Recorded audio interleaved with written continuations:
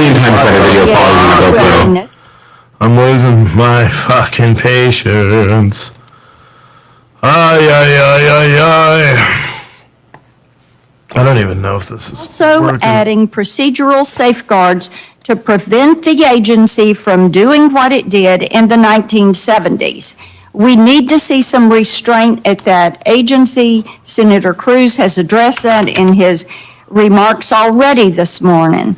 Now, in the 70s, Congress stepped in and took steps to rein the agency back in and to cut back its authority because of the regulatory overreach that they were exercising. So I would ask my colleagues to join me in voting for this amendment to make sure the FTC keeps the interest of all Americans, not just the governing party, in mind. Thank you, Senator Blackburn, and I do expect at some point in time, this committee will have a very robust discussion about the FTC and a variety of issues in which we want to see action on, and what everyone here on the committee believes their role should or shouldn't be. But the resignation of Commissioners Phillips and Wilson will mean the commission has no Republicans. I look forward to future nominees serving, but their choice to leave should not make the agency powerless to act, particularly against egregious fraud. This amendment would do just that. This amendment would make it possible for commissioners of either party to game the system by simply recusing themselves to delay or prevent votes. This would be an end of a good faith at the FTC, which none of us want. Recently, the FTC took action to prevent child sexual exploitation on a well-known gaming platform. This is exactly the kind of work American consumers are relying on at the FTC, and at the very least, this amendment would have delay of action on these very serious issues. I urge my colleagues to oppose the amendment. Senator Klobuchar. No. Oh, okay. Any further discussion? If not, clerk will call the roll. Ms. Klobuchar? No. Mr. Schatz? Mr. Markey? Mr. Peters? Ms. Baldwin? Ms. Duckworth? Mr. Tester? Ms. Sinema? Ms. Rosen? Mr. Lujan? Mr. Hickenlooper? Mr. Warnock? Mr. Welch? Mr. Cruz? Fuck, bro. This fucking Mr. computer. Thune? Mr. Wicker? Mrs. Fisher? Mr. Moran? Mr. Sullivan? Mrs. Blackburn? Mr. Young? Mr. Bubb? Mr. Schmidt? Mr. Vance? Mrs. Capro? Ms. Lemus? Ms. Cantwell? The noes are 14, the yeses are 13. For anyone just trying to, I don't know what's going on. My computer's being super laggy. On the bill Hold on. as brought before us, final passage. See, so I'm trying to like switch back over there. So my computer's being super laggy this morning. Not quite sure what's going on. During the Senate hearing, this is a Senate meeting that is taking place currently. They're doing a rule, like a markup currently. But immediately following the markup, they're going to be starting with the Norfolk CEO who's expected to testify. I just figured I'd go live for the course of the day. I'm here anyway. I already packed all the coffee and all that stuff. Someone said the sound is blown out. The sound is fixed. So I'm not quite, now the sound is bad. Why, bro?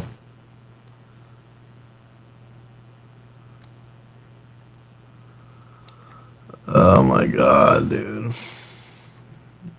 People are saying the sound is bad.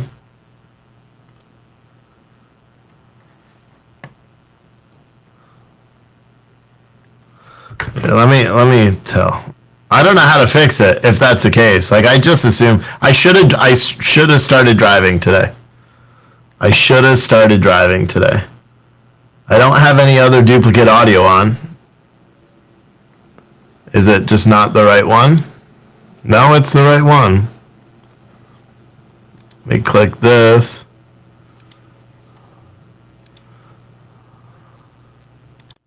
How about now? Is that any better?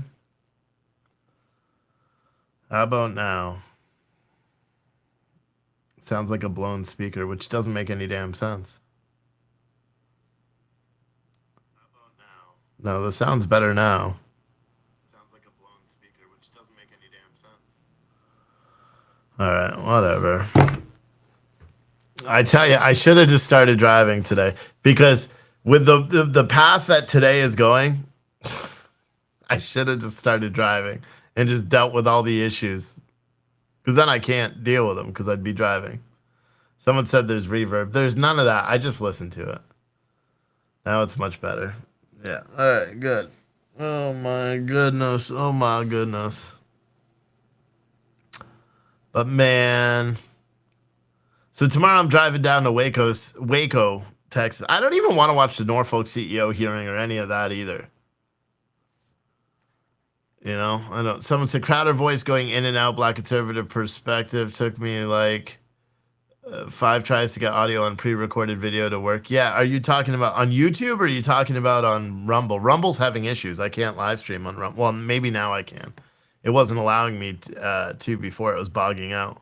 That's why we're not on Rumble right now. But man, oh man. You know when you just have those mornings? That's what this morning is. That's what this morning is. So this morning, Governor Mike DeWine and Norfolk CEO Alan Shaw expected to testify in front of this Senate committee. There's also cameras that are. There's also cameras going on.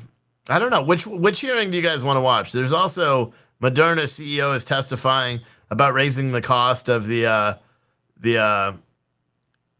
COVID booster. I don't really care about any of this shit anymore. I really don't. Someone said if Trump is going to jail, because he's going to be out. They're not, the guy's under Secret Service protection. He's not going to be locked up. It's not like they're going to charge him a bail or anything. They do that for when people run. You know what I mean? He's not going to be running. You know what I'm saying? April said you're 20 minutes from Waco right now. Your husband is at a job interview. Nice. I'm just having a bad morning. A bad morning. You know? Which sucks. And to be honest, I wouldn't have had a bad morning if I started driving this morning to Texas. But if today is a precursor to how this trip to Texas is going to be, oh my gosh. But I got to go. I already booked the hotel rooms and all that stuff. Can we live stream the Trump grand jury? Yeah, I mean, we'll cover it if there's any hearings or anything. There's been nothing announced. There's been nothing announced for it yet. You know what I mean? So they're only supposed to, essentially today is what they're supposed to. But that's what I was wondering about, right? So if they indict him today, then that means there's going to be an arrest warrant for him based on that indictment. If he's not going to surrender till next week, could he be extradited and arrested by, like, does that make sense? Does anybody know what I'm trying to get out there? Because he would technically be a fugitive from justice, right? Because he would have a warrant if they issue the charges. So what they could say is that the grand jury indicted him, but you don't automatically have charges if you're indicted. The prosecutor has to file those charges, I believe, right? The prosecutor would then have to file that indictment and then seek an arrest warrant. So I don't know. That's apparently gonna happen at some point today. That's what everyone was hearing, is that the indictment was going to be today. So who knows? Who really knows? But yeah, I've been testing all the electronic stuff even last night into the night. We were testing it, trying to get SRT to work, and it wasn't working. And then we finally got it to work, and then I couldn't find a camera mount for the camera for the car, and I was freaking out because I can't buy one in like 2 days. Do you know what I mean? So, but I ended up finding it this morning. Ended up finding it this morning. Richard Rogers said Florida will only extradite if it's a felony. It will be a felony, but again, that's the thing that I don't understand. They must not be issuing a warrant for him. They must not. You know what? Well, isn't that how they do it? Do you have to issue a warrant first? Do you have to issue, I don't know how it works. Do you have to issue a warrant first if the person isn't currently in custody to charge them? Or do you wait, they surrender, and at that point they're charged? Because there's two different things. Cam Miller said it's a misdemeanor. It is not. It's what they're originally charging him with is a misdemeanor with a felony enhancement. They're basically saying the misdemeanor, they said the misdemeanor was caused essentially by hiding the felony. Does that make sense? So, yeah. Leanne Smith said Secret Service won't allow that. Yeah, but that's interesting. That's interesting because wouldn't the Secret Service have an obligation to arrest him? I mean, this has never been done. This has never happened at all because the Secret Service are law enforcement. Can they use officer discretion? Dasa Chada said something about, you said this. You said, did I see this? Manhattan DA Alvin Bragg hid hundreds of pages of expulgatory, evidence from grand jury and case built against Trump. Yeah, it's unverified it's not being tweeted by any actual news sources. It's just being I've seen that. I've seen it on social media. I don't know the validity of it at all. I wouldn't be surprised. But how does it, here's a better question. How does Alvin Bragg hide any evidence? He's a prosecutor. He's the one presenting it. The defense doesn't get to make an argument at a grand jury indictment. There is no argument for the grand jury. So the prosecutor provides whatever evidence they want to, whatever they do want to include, whatever they don't want to include, because there is no rebuttal. Does that make sense? The only rebuttal that they get is in New York specifically, the target of the investigation has the right to testify or to address the grand jury on their own behalf, to testify on their own behalf. Does that make sense? Yeah, hopefully it does. It should. Rumble is down, said Jackie. Yeah, that's not good. I mean, they've been pumping up Steven Crowder the whole time. Someone said Rumble is down. I know my live stream isn't currently on Rumble because Rumble, I couldn't get the live stream to go on Rumble. It looks like they may have fixed it, so I'll put this one up. But I don't know. I'm just not having a good day. I'll just be honest with you. I am just not having a good day today, boy. It's business stuff. It's just, like when life gives you lemons, you got to squeeze the shit out of them. But, yeah, I don't know, bro. I'm just having a rough day. I should have left for Texas today. But I mean, in all reality, it would have been fucked anyway, so it doesn't matter. Excuse my language. Scusi my language, yo. Let me see if I can't get this Rumble kicked on as well. I don't know whether it's going to live stream to Rumble because Rumble was having some issues before. But we'll see. Bear with me. Let's turn that on. So Rumble should be on, so we'll see if that feed kicks on when the intro is done. Someone said Biggs put out a post saying Bragg hiding evidence. Yeah, I don't know who Biggs is. You know what I mean? I don't know who Biggs is, and how does he know whether he's hiding evidence? Someone said Bragg is going to get charged. Bragg is going to get charged for what? Bongino said there is no exclusion by Secret Service for arrest. Their job is to protect him. Oh, okay. So they don't have to arrest him. Cool. Yeah, and I heard another thing too, because typically they do a perp walk, right? In New York, especially for white collar crimes. They do the mugshot and they do a perp walk with the hands handcuffed in front of them.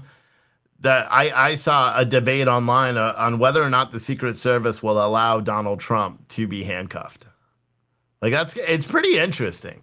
Like, because again, nothing's ever been done. This has never been done. So we'll have to wait and see what's going to transpire with this whole darn thing. I really don't know. But if President Trump is arrested, wonder whose fingerprints they will find. I don't know what the fuck you're talking about. Jackie said, I'd rather support you on Rumble. I'll stay here. Yeah, I mean, if Rumble's not working, it's not working. I'm kicking a feed out to Rumble. It's just not. Let me see. Oh, yeah, so I'm live on Rumble now, so people can watch on Rumble if you want. It just took forever. Like I said, my morning's gone to shit. But lucky for somebody, we got we got a couple of orders today, and that's what I really need. So that's what I really need. I told you guys, oh fuck, shit. You guys want to hear some business shit, or do you just not care? Money, business shit, or do you just not care? Because I can. It's just, it explains why my day is going to shit. But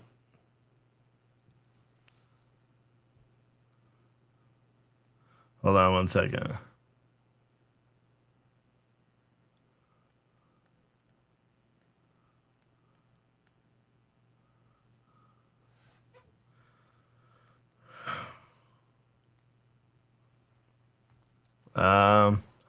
YouTube has been having issues too. Everybody's having issues. My wife is having issues.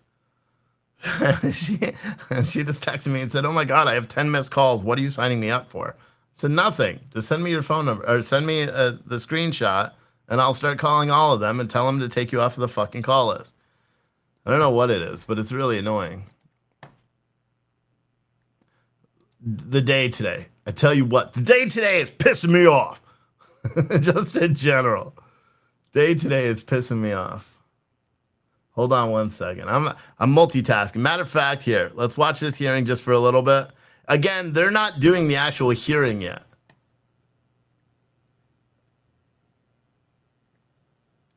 They're not doing the actual hearing yet. What they're doing is they're not talking about the train derailment. So, well, let's watch this hearing for a minute because they're doing a markup. We can listen to what they're talking about while I deal with this stuff. Not that it matters because she's at work. She's like, "Oh my God, I have 10 missed calls." Yeah, welcome to my life. I've been on the phone all freaking morning. Welcome to my life. I feel like punching someone in the mouth. I'll be honest. That's the kind of day that I have. I feel today. It's the kind of day. Anyway, let's go over to this hearing, watch this for a little bit, and I'll be back. Is something that is important to our constituents. It's important to the country. I think that his microphone's speaking off. to members of this committee, Can't I've hear heard shit. from virtually every single member of the committee. You guys both even hear that? Republican and Democrat, a very serious concern about doing more to protect privacy. I know the chairwoman is committed to that. I certainly am, and so you have my commitment that I look forward to working with you on this issue. And at the same time, I'm glad that we're able to move forward this specific piece of legislation, which will make a meaningful improvement while we come together and work on a much bigger bipartisan bill that goes further in protecting privacy. Senator Cruz and Chairwoman Cantwell, I thank you both for what you had to say, and I understand the desire to make certain that the issue that I want brought before Congress doesn't intrude upon the ability for the two of you to pass the legislation that this committee is getting ready to pass today. So I want to be helpful to you in your cause, and I appreciate you indicating your help in my cause, although my cause is a cause, as the chairwoman and ranking member said, is a cause of all of us in this room. And having worked on this diligently, legislatively for nearly 3 years, I understand how this legislation could delay yours. But I'm glad to see that you have the necessary desire that we proceed further in the near future. Thank you. Senator Brand, again, thank you for your leadership on this. Senator Blackburn. Yes, thank you, Madam Chairman, and I appreciate the amendments he brought forward. I think that I appreciate that he's withdrawing them. As we talk about broader privacy, I think it is so important that we not legislate to a technology. And Madam Chairman, as you appropriately mentioned, with the Internet of Things, it is there are so many different ways that data is being collected. So I look forward to working with Senator Hickenlooper at our Consumer Protection Data Security to work with you and Ranking Member Cruz and make certain that we bring forward a broader privacy bill that will allow individuals to really protect their virtual youth. Thank you so much, Senator Blackburn. Senator Klobuchar. And we're Thank- going to vote shortly, so Yes. people just stay with Yes, it thank here. you, Madam Chair. I'll put my remarks on the record. Just, I want to thank you and Senator Moran, my co-sponsor, for moving ahead this NOTAM Improvement Act, which we know what happened with the FAA. We want the FAA to upgrade, and our bipartisan legislation is a start. It sets a deadline and also allows for stakeholders to immediately come together to get this done. Thank you. All those in favor of the motion say aye. Aye. All those opposed? The motion is agreed to. This legislation is passed. That concludes our markup for this morning in executive session. I want to thank the committee again for your bipartisan work in a diligent fashion. The committee has a lot to do, but it shows that we can continue to work together. So the executive session is adjourned. The Science Transportation Committee will come to order for the purposes of a hearing.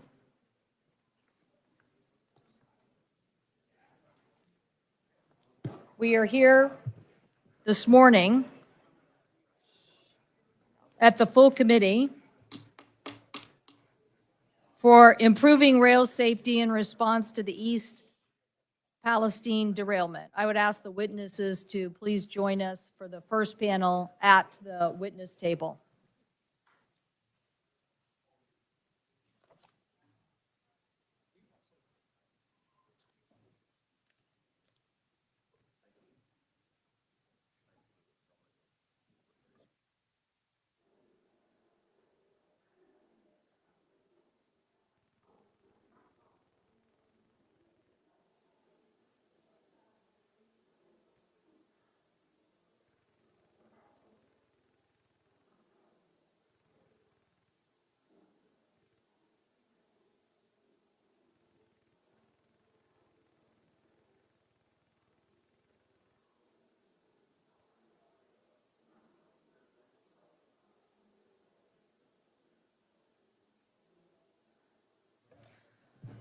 Good morning, everyone. The hearing will come to order. On February 3rd, the town of East Palestine, Ohio, experienced a hazardous material event that no community should have to suffer from. A Norfolk Southern train carrying hazardous material crashed just outside the town, and 38 cars, more than a quarter of the train, derailed. Plastic pellets from one of the derailed cars caught fire with engulfed other rail cars, including 5 carrying vinyl chloride. After burning for 2 days, authorities became concerned that the vinyl chloride in one of the tanks was undergoing a chemical reaction that made it bigger and more dangerous. The authorities then initiated a controlled burn of the remaining vinyl chloride in 5 tanks to prevent a greater catastrophe. 2,000 residents were forced to evacuate, and a community was forever changed. We look forward to hearing the witnesses and especially appreciate the Palestine moms for their leadership, and we look forward to hearing from Ms. Allison this morning. Let me be clear, this hearing is not only, though, about East Palestine derailment. Less than a week ago, a Burlington Northern Santa Fe train derailed in my state of Washington, the Swinomish Reservation in Skagit County, spilling 5,000 gallons of diesel near Padilla Bay waterfront, a very sensitive aquatic ecosystem. These are important issues for all of America, and we look forward to working in a bipartisan basis on this problem. Fire Chief Comstock, I know, will be testifying, and he knows better that a fire department needs to deal with the hazardous materials, and we will be asking you what Congress can do to better equip the firefighters who have to respond. These derailments have occurred during a concerning trend. That is, we can't have railroads adopt operating models focused on just cutting cost to achieve higher profits and then have higher accident rates. We need to invest in the modernization of equipment that will provide the safety we need. From 2017 to 2021, railroads cut their workforce by 22% and reduced investment in the network by 24%. And at the same time, accident rates increased by 14%. We will dive into these details today to better understand what is that about. Today, we will hear from Senators Brown and Vance about their bipartisan legislation, the Railway Safety Act of 2023, and from Ohio Governor Mike DeWine about his experience in responding to the derailment. We will hear from, as I mentioned earlier, East Palestine resident Misty Allison, who will give a firsthand account of how the derailment impacted her community. We will also hear from a second panel of witnesses who will speak to rail and hazardous materials safety policy failures that contributed to the derailment and what steps are necessary to protect communities, employees, and the environment. NTSB Chair Hamidi will be here, and I look forward to asking her about their agency's recommendations to improve rail safety and about what investments in detection devices are necessary. Mr. Whitaker, you and your coworkers who have raised questions about safety will hear from you about why you believe these concerns have gone unaddressed. And we will hear from Norfolk Southern CEO Alan Shaw about these trends and what he is going to do to ensure that safety is the top priority. A month ago, I sent letters to 7 Class I freight railroads asking for information. This shit's boring. This is boring. Anyway, you see, I have up the Cash App and Venmo. Let me rap to you for a little bit. If you want to support this trip to Waco that I'm leaving for tomorrow morning, I'm going to be live streaming the whole thing. So I'll be live streaming the entire drive down. I'll be live streaming when I'm down in Waco, and then I'll be live streaming all the way back up. If you guys want to support that, whether it's through the Cash App or Venmo or even PayPal, I would really, really appreciate it considering everything that's going on. And you can live, like I just saw someone that's like, I wish I could go, but I can't. Well, you can live vicariously through me by supporting the trip. Because like all things, when you do things the right way, karma comes and kicks you right in the freaking ass. And that's precisely what happened today. And it effed me over royally. So, we, I don't even know. Oh my goodness. So we do these or what I do for a business. I'm going to talk about business stuff with you guys for a little bit.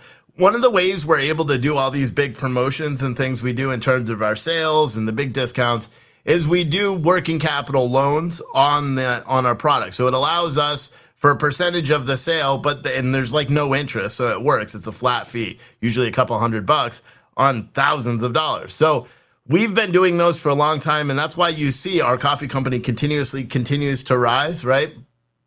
Typically what I do is I pay off the loan towards the end when I'm getting ready to make a big purchase. Therefore, I get another loan, all that good stuff, right? Well,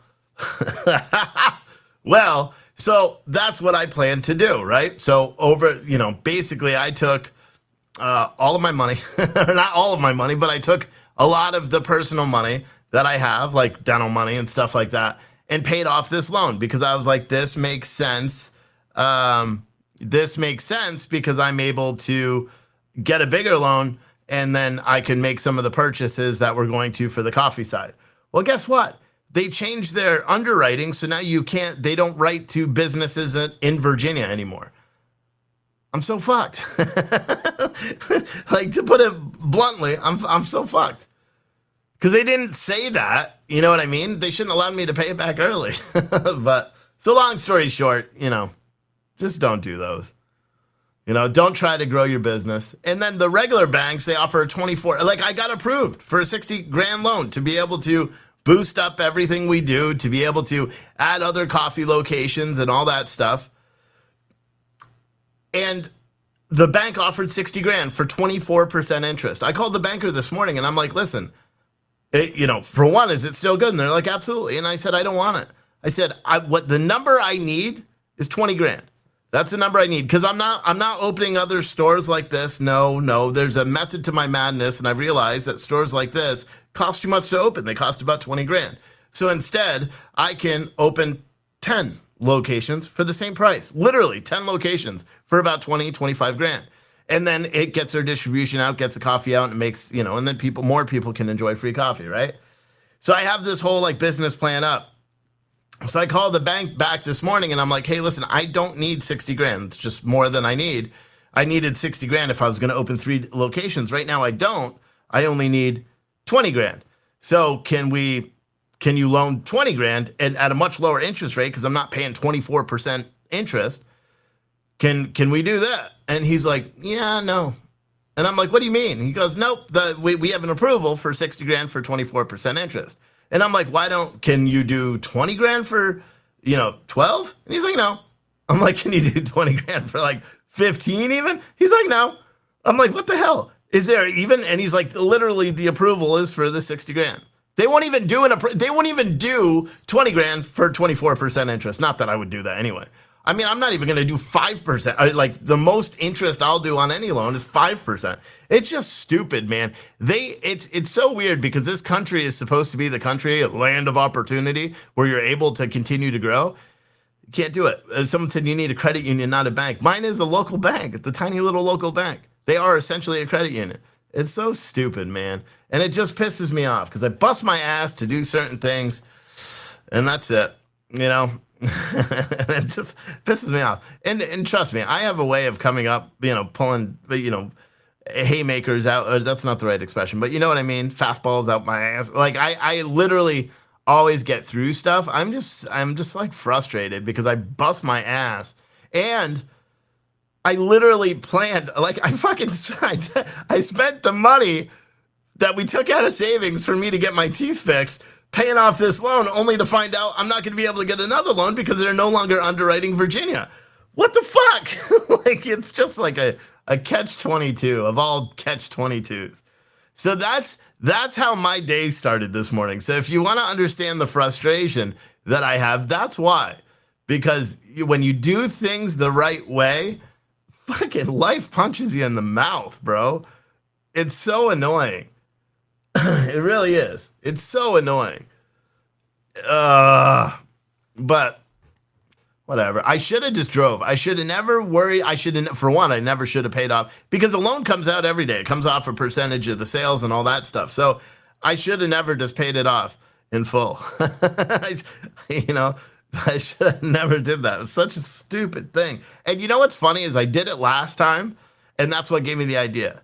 I did it last time. I paid it off, and then they gave me another one right away. And then yesterday I paid it off, and then today I go in to apply for the other one, and it's like, yeah, we no longer write loans for Virginia. And I'm like, fuck, dude. But whatever. I don't know. And I can't. And the worst part about it is you can't try to go to other banks to get it, because then it's going to impact your credit. Do you know what I mean? So I'm already with the one credit, and I'm not doing $60,000 for 24% interest. That's fucking stupid. Let's see what the payments would be. They told me the interest, and I was like, no. I didn't even look. So let's say it was on a 48-month repayment. I think it was less than that. I think it was 36. So let me do this. Divided by 36. So that's $1,600 a month. I don't know. But and then what's 24% of that? And I'm doing the interest wrong, because it probably goes up and up. Someone said, did it happen because the banks crashed? I don't know. I don't know when they changed their policy. I mean, well, I do. I know it happened sometime between now and last August, because last August they issued us a loan. So it's fucking stupid, dude. And no matter how much I try, clear. Oh shit. What was it? So it was 1666.66 multiplied by 0.24, 399. So roughly $2,000, over $2,000 a month. 2050 a month was a repayment on that. So in all reality, for me repaying, fuck you. They're such scummy people, dude. So it'd be $400 essentially times 40. So no, that's wrong. Clear. $400 times 36 I'd pay $14,000 in interest on 60 grand. Fuck you, dude. I'm so annoyed. I'm so annoyed. Someone said get a P.O. box in improved state. You can't do that. It doesn't work that way. You know? And plus, I try to do everything above board. I try to do things the right way. You know? It's fucking stupid, bro. Whatever. I always have a way to do it. Because basically what I wanted to do is buy the machine. So here's my idea. You want to hear my idea? Because fuck these stupid hearings. They don't do anything anyway. This was my idea. My idea was, instead of worrying about coffee shops and doing all that stuff, right? Because it's a huge cash outlay. And then, you know, like I spent about $20,000 refurbishing the front of this, you know, putting in water lines, doing all that stuff, getting the health requirements, getting all the coffee makers and all that stuff. To get 4 or 5 people to come in a week. We're just not a busy location. Now I could go to a busier location, but then your rent is going to go from what I pay here to like $5,000 or more per month for a much, much smaller location. So essentially, this is my plan. My plan is to go to convenience stores, and I already did this. So I went to different convenience stores and knocked on their doors basically and said, hey, listen, tell me about your coffee, because they're all buying coffee from a company called Community Coffee. Community Coffee leases them the coffee machines for free. They don't pay anything. And in return, they have to buy their cups, they have to buy their lids, and they have to buy their coffee from Community Coffee, which is how they make the money. Do you know what I mean? It's the funny thing about it is, that's a good question, Richard. I doubt it's a loan that I could pay off early because I only need 20 grand. Can I take out the loan for 60 and then pay back 40 right away, like immediately? I'd still probably have to pay all the interest. Anyway, so the way the coffee thing works is, instead of us doing that, what I go in and I say, hey, listen, I'll lease you a coffee machine, same one you got. We'll just buy those. We'll lease you a coffee machine for free, and we'll provide you the coffee and the cups for free. The only thing you have to do, coffee cups and lids, the only thing you have to do is buy sugar and all that stuff, because that's, to be honest, is the most expensive part, besides the coffee. And then, secondly, you got to give away our coffee for free. That's it.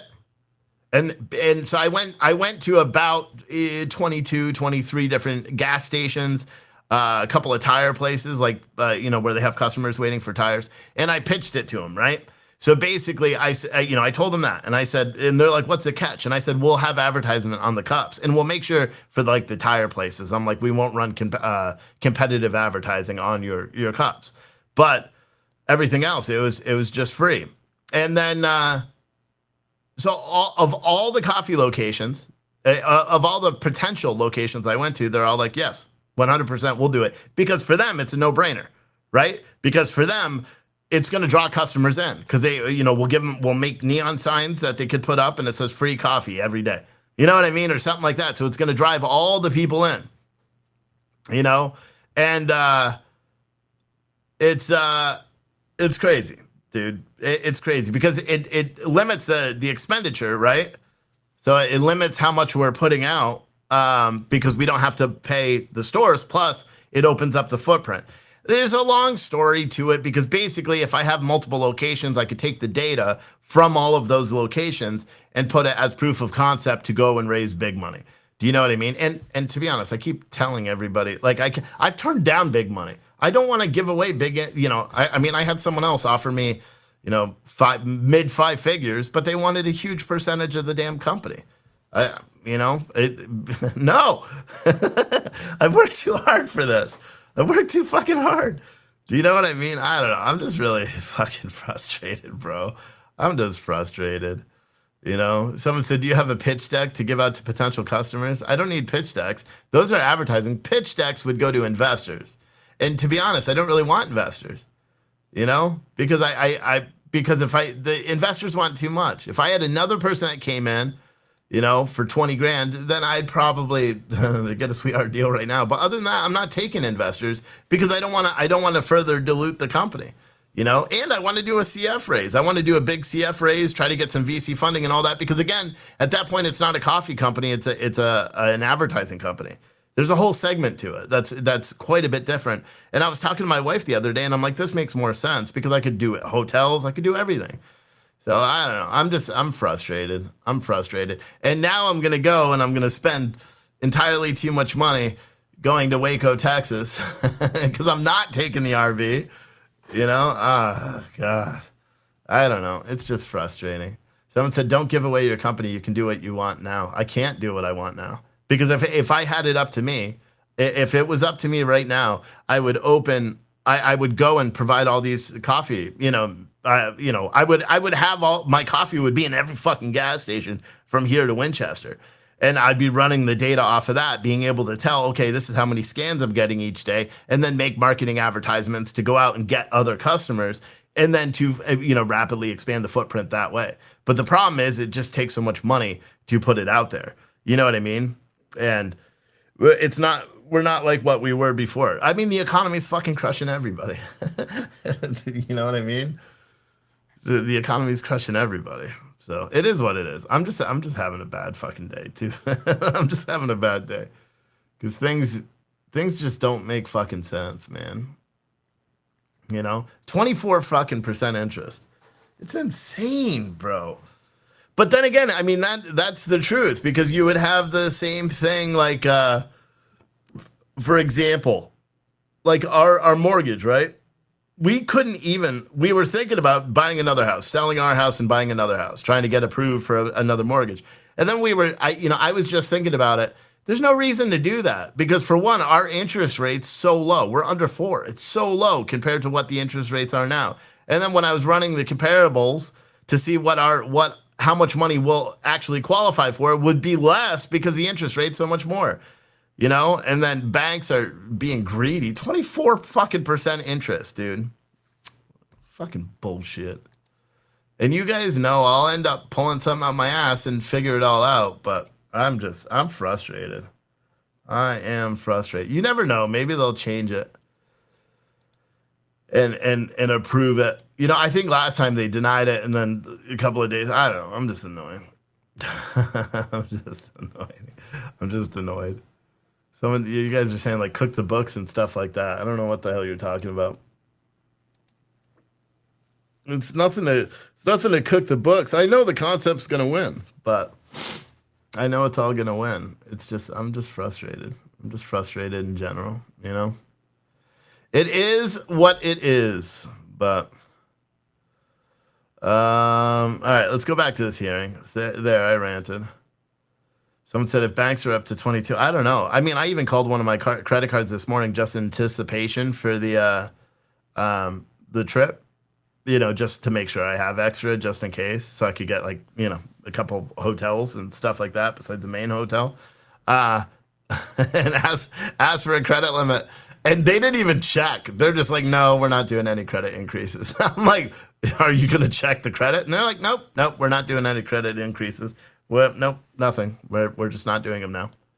It'll be automatically available. Something like that. Some shit like that. It's just my life. It's just my life. But whatever. I will switch back to the Norfolk CEO testifying. JD Vance is speaking now, and then we'll go from there. Someone said, when am I going to Waco? I'm leaving tomorrow morning. Pretty much right away. I'm not even going to come in here. I'm going to take everything. But if you guys want to support the channel, what you can do, the easiest way to do it right now is either via the Cash App or Venmo that's right there on your screen. Or, to be honest, buy anything from the store. The best way right now, because of what I need to do and have cash on hand for this trip down to Texas, is to Cash App to Venmo.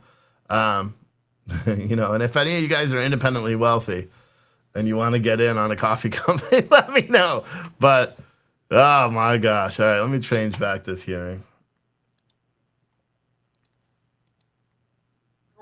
It's a ridiculous argument. It doesn't pass the smell test. And the fact that they advance that argument in their op-eds and their paid-for activism is insulting to the people of East Palestine, and it's insulting to the intelligence of the members of this committee. Let me offer a specific pushback to a criticism. One of the things that I've heard in response to our legislation is that it actually has nothing to do with what happened in East Palestine. Well, That is an interesting observation, and it's something that I'd love them to go to East Palestine and say themselves. Say it to the firefighters who went into a chemical fire without proper hazmat protection because they didn't know what was on the train. This legislation fixes that problem as it should. But you cannot say that this has nothing to do with East Palestine when the very people on the ground are begging for some of these changes, and the firefighters, not just in East Palestine, but all across the state of Ohio and all across the country, are saying that they need this stuff. Now, I've heard from people that the railroads are adopting certain voluntary standards. You heard some of that in Senator Brown's testimony.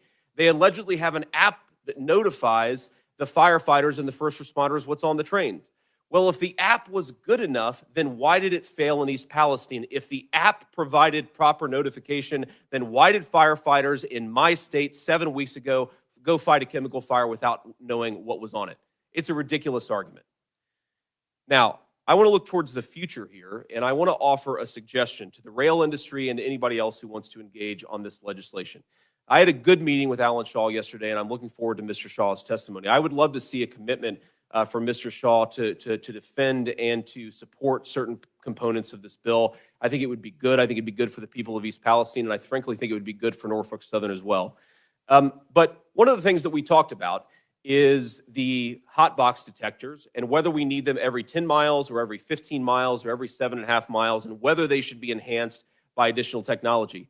That's the type of conversation I am willing to have, and I don't want to speak for Senator Brown, but I guess that he'd probably be willing to have it too. Let's have that conversation about what the proper pacing is for the hot box detectors. Let's have the conversation about how we can advance this stuff with better technology. I am open to that. But to the rail industry, don't lie about my bill. Don't slander the staff who drafted it. If you would like to have a good faith conversation about rail safety, let's do exactly that. But we're going to learn a lot during this committee and in the weeks to come if the rail industry would like to do that. I hope they will, because I'm certainly ready to join that conversation. Thank you, Madam Chair. Thank you, Senator Vance, for your passionate support on this issue. I know it'll make a difference, and I appreciate you pushing back on some of the misinformation that is out there. We're now going to go to Governor DeWine, who is joining us remotely. Governor DeWine, always good to see you. Not good to see you in these circumstances, but we appreciate your leadership in helping to articulate a path forward. And I'd be remiss if I didn't also thank you for your leadership on the CHIPS and Science Act and helping us get that legislation done. So we look forward to you getting your help and support on moving the Brown-Vance legislation as well. So our colleague, but now Governor DeWine. Chairwoman Cantwell, thank you very much. Ranking Member Cruz, members of the committee. Thank you for the opportunity to testify today. I'm actually, as you can see, remote, and I'm in the East Palestine High School Library. Let me just tell you a little bit about this community. The new year started off normally in East Palestine. It's a village of about 4,700 people. They just enjoyed Christmas, the annual Snowflake Festival in December. The third quarter of school started in late January. Parts have been cast for the high school musical, The Lion King Jr., that frankly my wife and I had the opportunity to watch a few days ago. And the athletic director was preparing to host 25 to 30 teams for the Bulldog Invitational track meet in April. The evening of February 3rd, 2023 started off really not unlike a lot of Friday nights that time of year in East Palestine. Parents and members of the community were gathered at the high school, cheering on the varsity boys basketball team at the Bulldogs home game against United High School Eagles from nearby Hanoverton. Girls varsity team had played against the Eagles just the night before. The backdrop, of course, to all things in East Palestine is the near constant rumble of trains running through the village. But the people of East Palestine are certainly used to that, and many don't even notice them anymore. That was until 8:55 that Friday night. At 8:55, life stopped being normal for everyone in this community. It stopped feeling safe when 38 cars of the Norfolk Southern freight train, carrying hundreds of thousands of pounds of hazardous material, hurtled off the track. Since then, I've visited the community a number of times and have had mothers tell me that they're afraid to let their children go outside in the grass to play. Some residents have told me about their bloody noses, their rashes, their coughs that they have developed, while others who don't have symptoms now ask, what's going to happen to me in 10 or 15 years? What's going to happen to my children? Some want to know if it's safe to plant a garden this spring. And if they do, will the vegetables be safe to eat? People wonder about their property values of their homes. And if they want to sell, will they ever be able to sell their homes? Businesses worry about, are they going to be able to stay afloat? Many people just wonder, will life ever return to normal? What is clear for all of East Palestine is this, that this has been a deeply traumatic experience for this wonderful community. While all the tests of the air and the soil and the water have thus far shown repeatedly that things are safe, fear remains. The people of East Palestine have told me that they want their community back. They want things to go back to the way they were before the train wreck. Members of the committee, Norfolk Southern has an obligation to restore this community. It was their train, their tracks, their accident. They're responsible for this tragedy. I want to thank Senator Vance, Senator Brown, the other co-sponsors of their bill, the Rail Safety Act of 2023. I want to also thank Congressman Johnson and Congresswoman Sykes for their bill, the Rail Act. I'm grateful. The drafters, both bills included my request for a provision requiring that the rail carriers in the future be required to provide advance notification to state and local emergency responders about what these trains are in fact carrying. Let me go further. I urge the Senate and House to swiftly act to improve the safety of our railroads. Norfolk Southern must do everything in its power to put everything back as it was in East Palestine before 8:55 Friday, February 3rd. The people of this village have a right. They have a right to get their lives back. They have a right to get their community back and simply to get their peace of mind. Let me just add, if I could, one additional thing. Shortly after the derailment, I heard repeatedly from residents that they were concerned about their health. So we worked with the East Palestine community, with the health department and others, to create a clinic for the residents so they could be assessed immediately, so they could walk in and be cared for. We started that clinic shortly after this tragedy occurred. This morning in this library, I met with medical leaders from the East Liverpool City Hospital. And we are announcing today that we'll be making this clinic into a permanent clinic for the community. It's going to be a full service clinic that will provide comprehensive care and treatment. Anybody can walk in, anyone can be treated. And this is a long-term commitment to the health of the people of East Palestine. They're worried about their future. They're worried about where things are going to be in 5 or 10 or 15 years. It's important that they be able to continue to get assessed. It's particularly important. I talked to the fire chief the other day, very, very concerned about the 300 responders, not just from East Palestine, but from all the areas into Pennsylvania who responded that night. They all need to be assessed. There needs to be established a baseline, and they need to be assured that in 5 years or 10 years, there's still a place where they can go. We look to the railroad. We look to the railroad to establish that fund. I've talked to the CEO who's testifying in just a moment.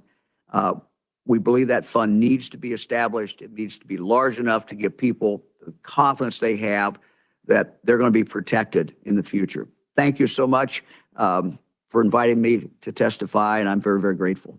Thank you, Governor. Thank you so much for highlighting those two details about the clinic and about the need that the community has to be further protected with resources. We'll now turn to Ms. Allen. Thank you so much for being here. I'm sorry to hear about your personal loss, and we very much appreciate you being willing to testify today. Ms. Allison. Thank you for inviting me to testify. I'm honored to be here, but I wish it was under better circumstances. I'm here to put a face on this disaster. This isn't just a political issue, it is a people issue. Everyone who lives in East Palestine is aware of the trains that pass by, but we've never really thought about them. Now, we can't think about anything else. We will never forget the night the train derailed. I could see a huge fireball from my driveway. It didn't seem real. Little did we know, this was only the beginning. My family chose to evacuate, but many did not. None of us knew exactly what dangers were on that train. We now know that train carried multiple toxic petrochemicals. When authorities conducted a controlled burn, it was like a bomb went off, a bomb containing vinyl chloride, which releases dangerous chemicals. When burned, these chemicals never go away.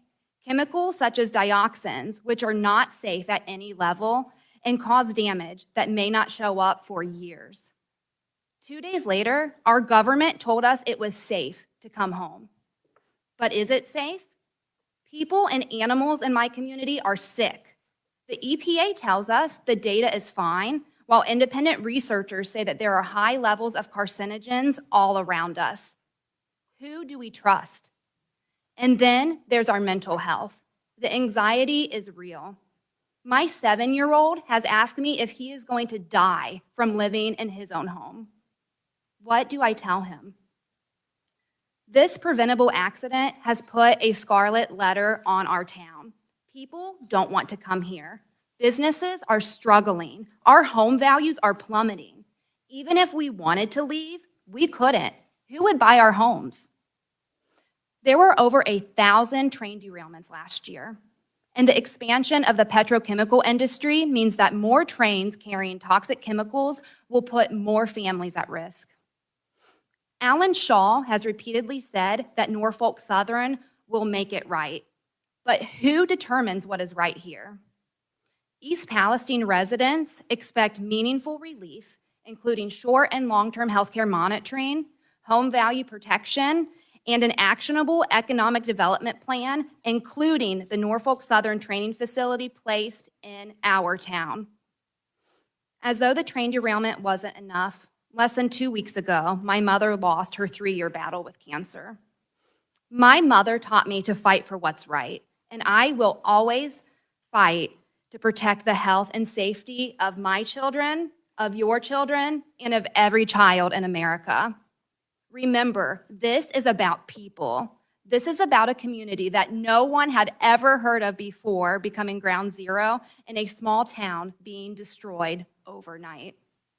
We must have strong businesses, but I urge all of you to support common sense safety regulations so this doesn't happen again. Together, we can make sure that East Palestine and the surrounding areas not only recover, but thrive, and that no other community experiences this tragedy. My mom always told me, either you find a way or you find an excuse. So it's time to learn from this and move forward together.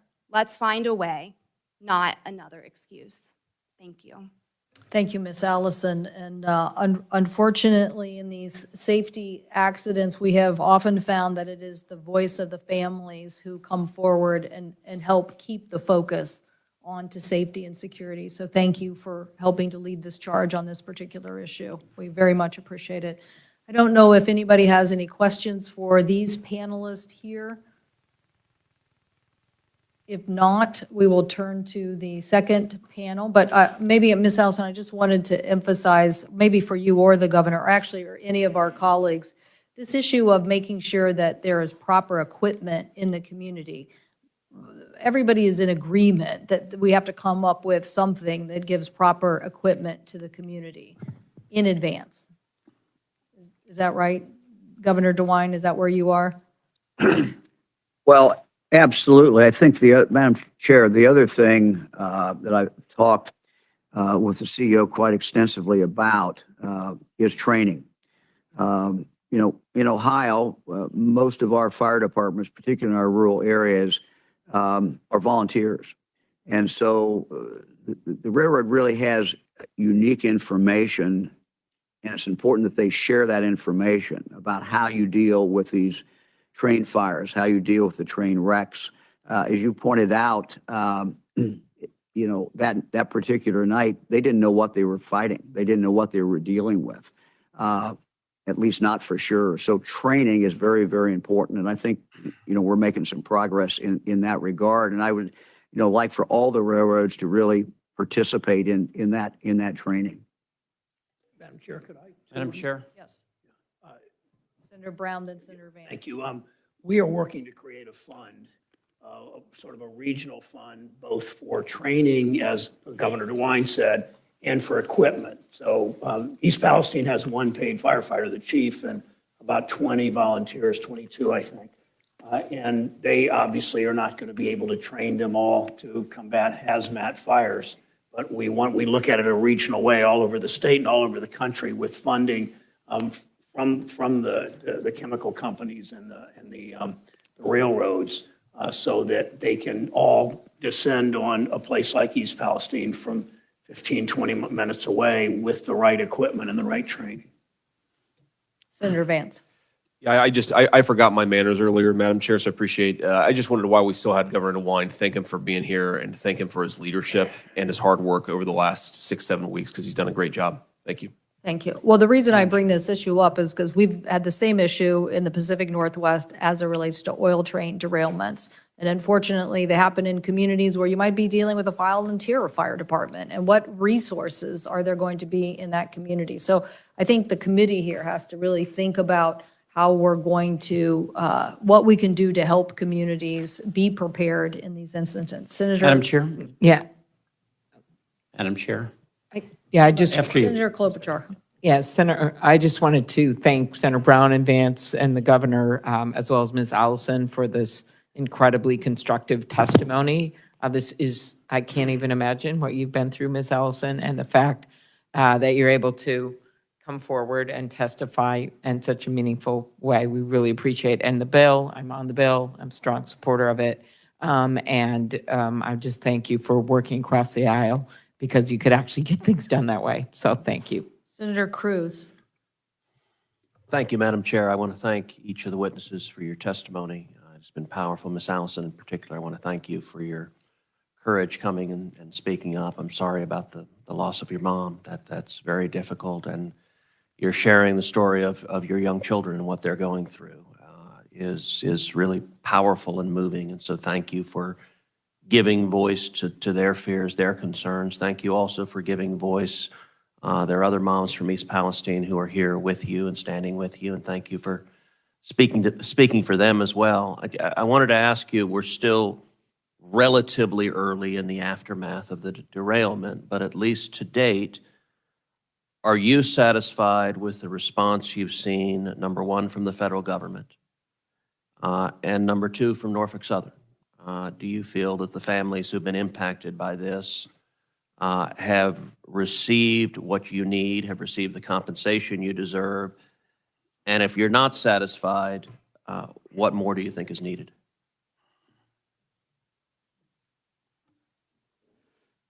I would say there's always room for improvement. And this is something that, at least in our community, we never expected it to happen here.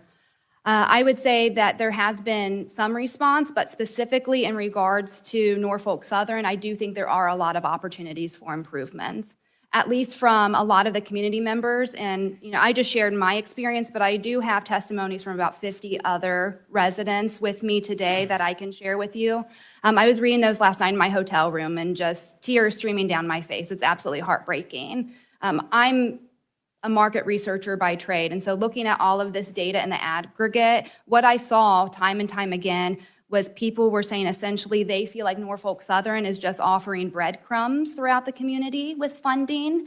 So right now, for people that don't feel safe at home, we did receive a flyer that said that you could leave the community for the time being if you wanted to reevacuate. And some people have chosen to do that. However, there's not clear guidelines of what is going to be paid for and what's not. And so when people go to the assistance center, Some people are having a good experience, and then some people are really being questioned about why do you feel like you should leave? Why do you feel like you need this money from us? And really feeling interrogated.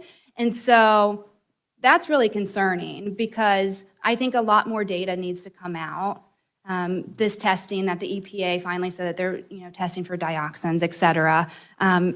That's really good, but there's so much data that needs to come out there. And again, a couple of things. One, you can make the data look however you want. And also, two, you can test or not test for whatever you want. So I think from a community perspective, we just want to make sure that everything is being tested that should be tested. And we're not really sure if that's being done or not. So I would say we're just really, everybody loves living in East Palestine, and we would like to stay there, but only if it's safe. And so there's a lot of confusion in the community about whether long-term, if it's a good choice to stay or not. Well, I'm certain you mentioned the 50 statements you had. I'm certain that the chair would love to have you submit those statements for the record for the committee, and I'm sure members on both sides of the aisle would like to see those statements. One of the things you testified about is the concerns about the drop in home values. And I can understand that being a very real concern. You mentioned you've done work as a market researcher. Are there any data that are actually quantifying what the loss in home values has been? And if so, at this point, are the residents being offered any compensation? Is Norfolk Southern offering to make residents whole for the loss in home values? If a family decides that they want to move, are families able to sell their homes? Are there any buyers? Or, one of the things you said powerfully is even if we want to leave, we can't leave. Is there any relief being offered now to say, if you make the decision to move your home and to move your family somewhere else, there is an avenue for you to sell your home and get a fair market price for it? The short answer is, as of today, no. There is not clear-cut explanation or parameters of how you would do that. We've heard time and time again from Norfolk Southern that they're going to make it right and that they're looking into some long-term healthcare monitoring and assistance and home value protection, but details of that plan have not been disclosed to residents as of today. I would encourage for you to let this committee know as it goes forward, if there are residents who are looking to move and can't sell their homes, this committee is very interested in making sure that the community of East Palestine is treated fairly and that what you're going through, you receive what is just. And so I would invite you to provide this committee with the specifics so that we can expedite and facilitate making it right. Thank you. We are going to get to the second panel, but Senator Welch, did you have a question? Just briefly, this is really very moving. Listening to Salas, and small communities have something that's really very, very special. It's trust. You trust one another. And there's been a breach of trust here. One of the biggest beneficiaries of the trust in a community like yours, and we have many like yours in Vermont, one of the biggest beneficiaries is Norfolk Southern. They can roll their 2 to 3 mile trains through there without anybody asking a question because you trust them to do the right thing. And they didn't do the right thing. And they had the opportunity to do the right thing, but they made other priorities, stock buybacks in the billions, shortening crews, doing the things that a mom would never do to take a shortcut to provide that security, like to your 7-year-old. And the heart of the discussion here is whether, as a result of the breach of trust by a very large and very powerful, very wealthy corporation, your government, it's your government, should step in to restore justice to you and your fellow citizens. And that's what this hearing is about. Will government step up to provide physical, emotional, and health security as a result of this, just like it would if there was a military threat to our country, where government has got to be on the side of folks like you and your neighbors. So I'm very grateful to you, feel very badly at that breach of trust, because, you know, that trust gets you through hard times. You don't even complain because you know your neighbor's got your back. Well, you have to know the government's got your back. We admire you. This is going to go on for some time, as Governor DeWine said. But I think all of us in this legislation are going to do our level best to respond to you and your neighbors and what you're going through. Thank you. Thank you, Senator Welch. And again, thank you to our colleagues, to Governor DeWine, to Ms. Allison. Thank you for a very compelling testimony. We'll now move to the second panel. We are going to hear from Jennifer Hamady, the Chair of the National Transportation Safety Board. We will hear from David Comstock, Fire Chief of Ohio's Western Reserve Joint Fire District, whose department responded to East Palestine's derailment. We'll hear from Mr. Clyde Whitaker, the Legislative Director of Ohio State SMART TD, who is a longtime railroader, Mr. Alan Shaw, CEO of Norfolk Southern, and lastly, we will hear from Ian Jeffries, CEO of the Association of American Railroads, who represents the railroad sector.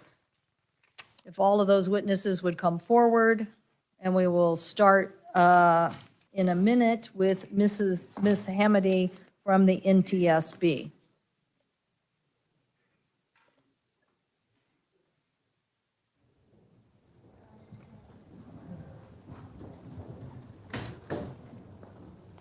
Welcome to all the witnesses. We appreciate you being here. Look forward to hearing your testimony.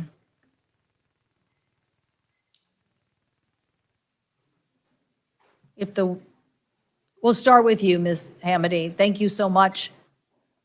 Thank you so much for being here. We appreciate all the work that the NTSB does. I expressed to you earlier in private your leadership in the investigation of the seaplane accident in the Pacific Northwest, and we continue to look forward to your comments on aviation in general. We appreciated your comments prior to the Aviation Summit last week about the fact that the FAA needs to implement its open action items that will help us on near miss incidents at airports. So thank you for your continued voice. I think when we envisioned the safety legislation that we passed, we wanted to know trends, and we wanted FAA to respond faster to trends. So thank you for helping to identify these trends in aviation and some of the issues. So with that, we'll turn to you, Ms. Hamady, for this hearing on rail safety. Thank you so much, and good morning. I'd like to begin with addressing the people who were impacted by the derailment in East Palestine. On behalf of the NTSB, we are so sorry for all that you're going through. Please know that the agency is committed to conducting a thorough, independent, and transparent investigation of this derailment. We'll issue safety recommendations to prevent similar tragedies from reoccurring, including urgent safety recommendations, which we can do at any point if our investigation warrants it. In the next few months, we'll hold an investigative hearing in East Palestine where we'll include time for community members to provide comments and ask us questions about our investigation. My written testimony goes into more detail on the derailment, and by now the preliminary facts have been well covered. The bottom line is this: there are no accidents.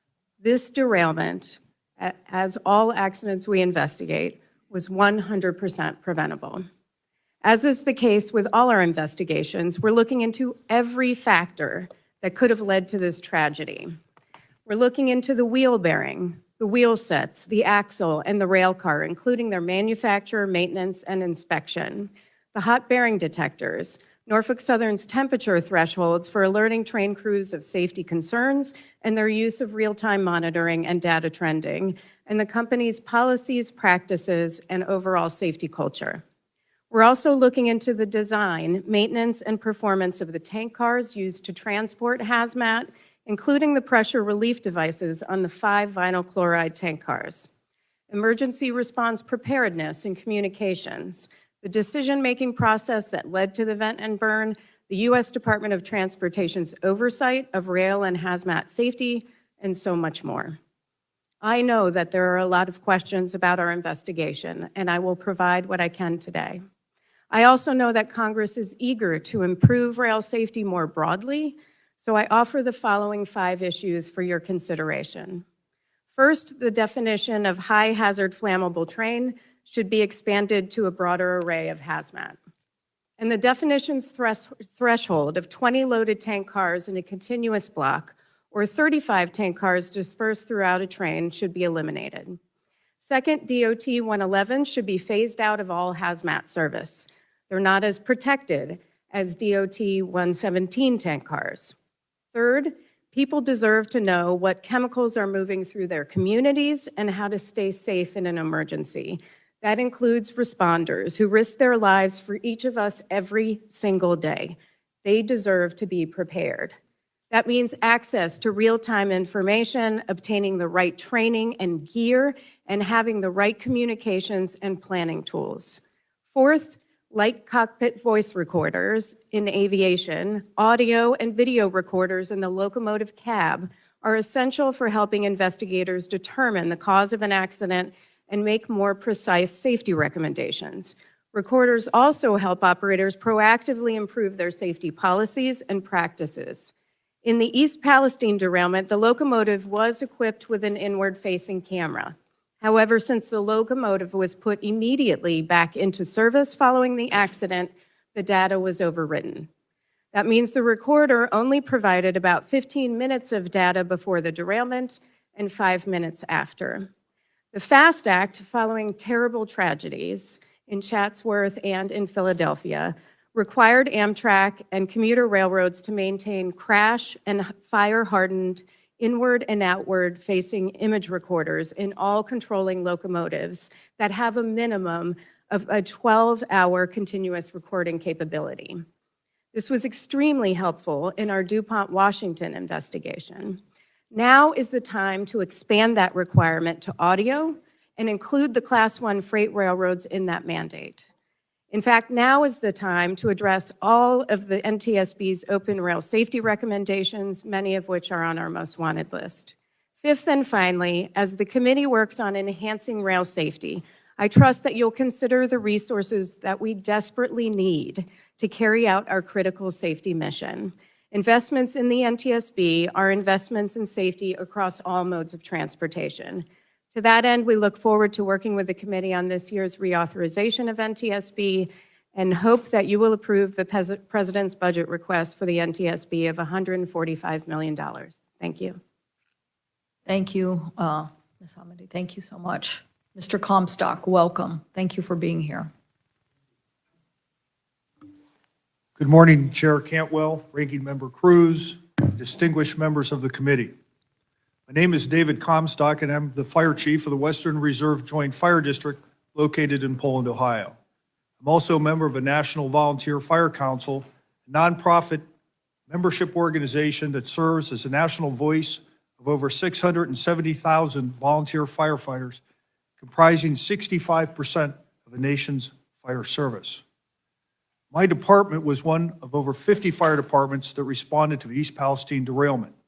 This incident has emphasized the need to better train and equip firefighters to respond to hazardous material incidents, specifically to derailments in rural areas, which are mostly served by volunteer fire departments that often lack sufficient resources, tax base, and manpower. The National Fire Protection Association defines an operational level of competence for hazmat response as what's needed for a firefighter to implement or support actions to protect the public from the effects of a hazmat. The NFPA's needs assessment of the U.S. Fire Service showed that only 55% of firefighters are certified at a hazmat operational level of competence. For many firefighters, hazmat training is difficult to access, especially for volunteers who may need to take time off from their paying jobs. Progress has been made in making hazardous material training more available to firefighters through the Pipeline and Hazardous Materials Safety Administration's hazardous material grants. Specifically, Firefighters are trained through hazardous materials emergency preparedness, assistance for local emergency response training, hazardous material instructor training, community safety, and supplemental public safety training grant programs. Through a SPST grant, the NVFC is offering 15 in-person hazmat train-to-trainer opportunities across the U.S. at no cost to departments. It is important that the NVFC can provide this program at no cost to volunteer departments, which often lack a tax base to support training.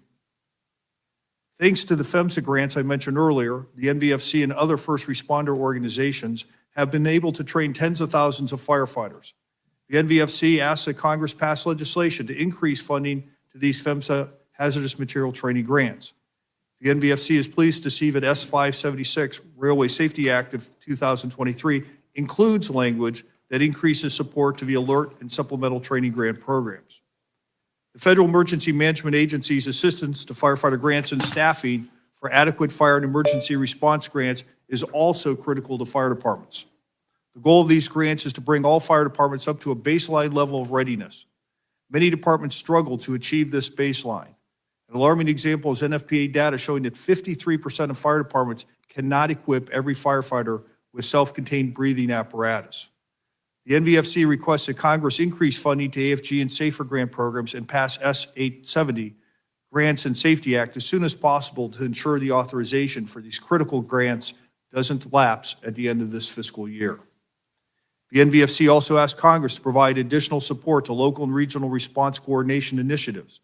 These include hazardous material regional response teams, which facilitate regional public safety communications and coordination on hazmat response, and local emergency planning committees to ensure they fulfill their mission of fostering dialogue amongst hazmat stakeholders within a community to prevent and prepare for releases of hazardous chemicals. The NVFC further encourages Congress to provide additional support to FEMA's local delivery of additional National Incident Management System training courses, which provide a comprehensive national approach to incident management. The NVFC also requests that we, the NFPA, Congress, the National Transportation Safety Board, and the Federal Rail Administration work together to enhance the methods for emergency hazmat product identification. Firefighters face a higher risk of developing cancer compared to the general public. The NVFC supports several initiatives to combat firefighting-related cancer exposure. Most notably, the NVFC and the International Association of Fire Chiefs Volunteer and Combination Officers section produced a Lavender written report, a best practice guide to reduce toxic exposure and risks to prevent firefighter cancer. On behalf of the nation's volunteer firefighters, I thank you for the opportunity to address the committee regarding the hazardous material response needs of the volunteer first responders. The NVFC looks forward to continuing to work with the committee and the stakeholders assembled here today to improve the emergency response to hazmat incidents and ensure that firefighters are properly trained and equipped to carry out this response. Thank you. Thank you very much for being here, and we're so sorry that you had to deal with this, but your experience is very helpful in us helping to know how to evaluate this moving forward and the resources that you're asking for. Mr. Whitaker, welcome. Look forward to your testimony. Good morning, Chairwoman Cantwell and Ranking Member Cruz and members of the committee. Thank you for the opportunity to testify. My name is Clyde Whitaker. I'm the Ohio State. Hold on. Breaking news. Breaking news. Breaking news. You guys want some breaking news?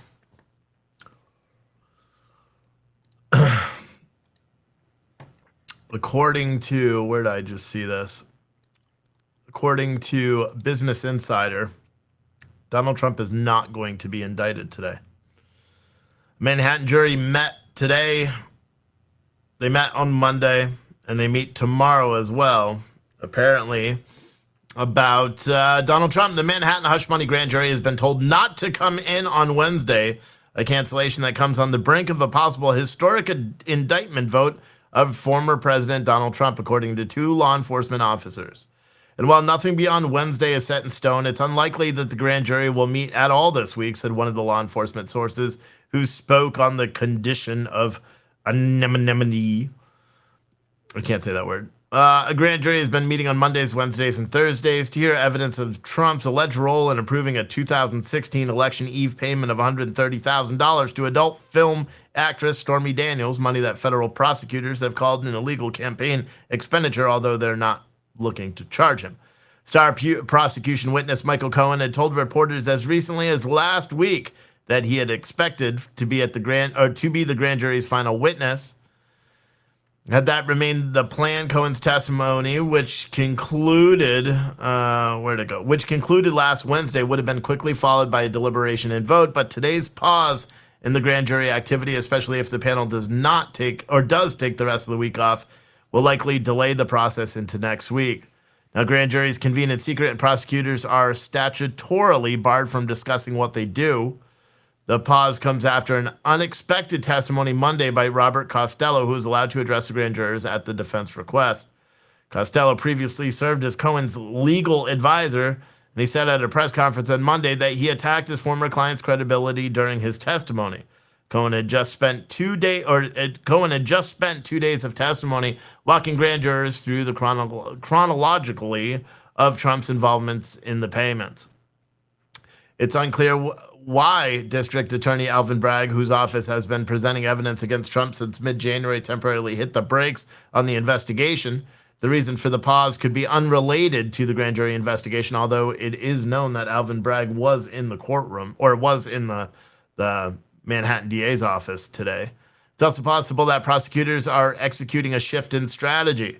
In a Wednesday post to True Social, Trump wrote that Bragg is, quote, having a hard time with the grand jury, especially after the powerful testimony against him by Felon Cohen's highly respected former lawyer.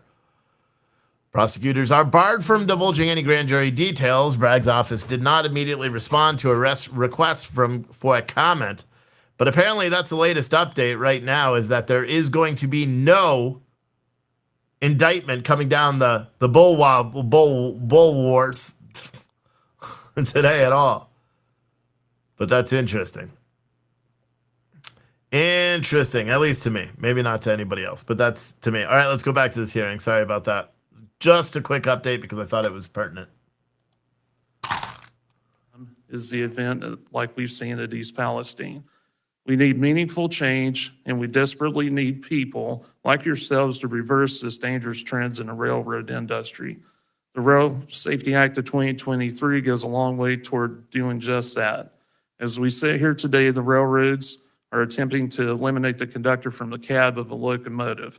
They want you to believe that technology is capable of replacing the role of conductor.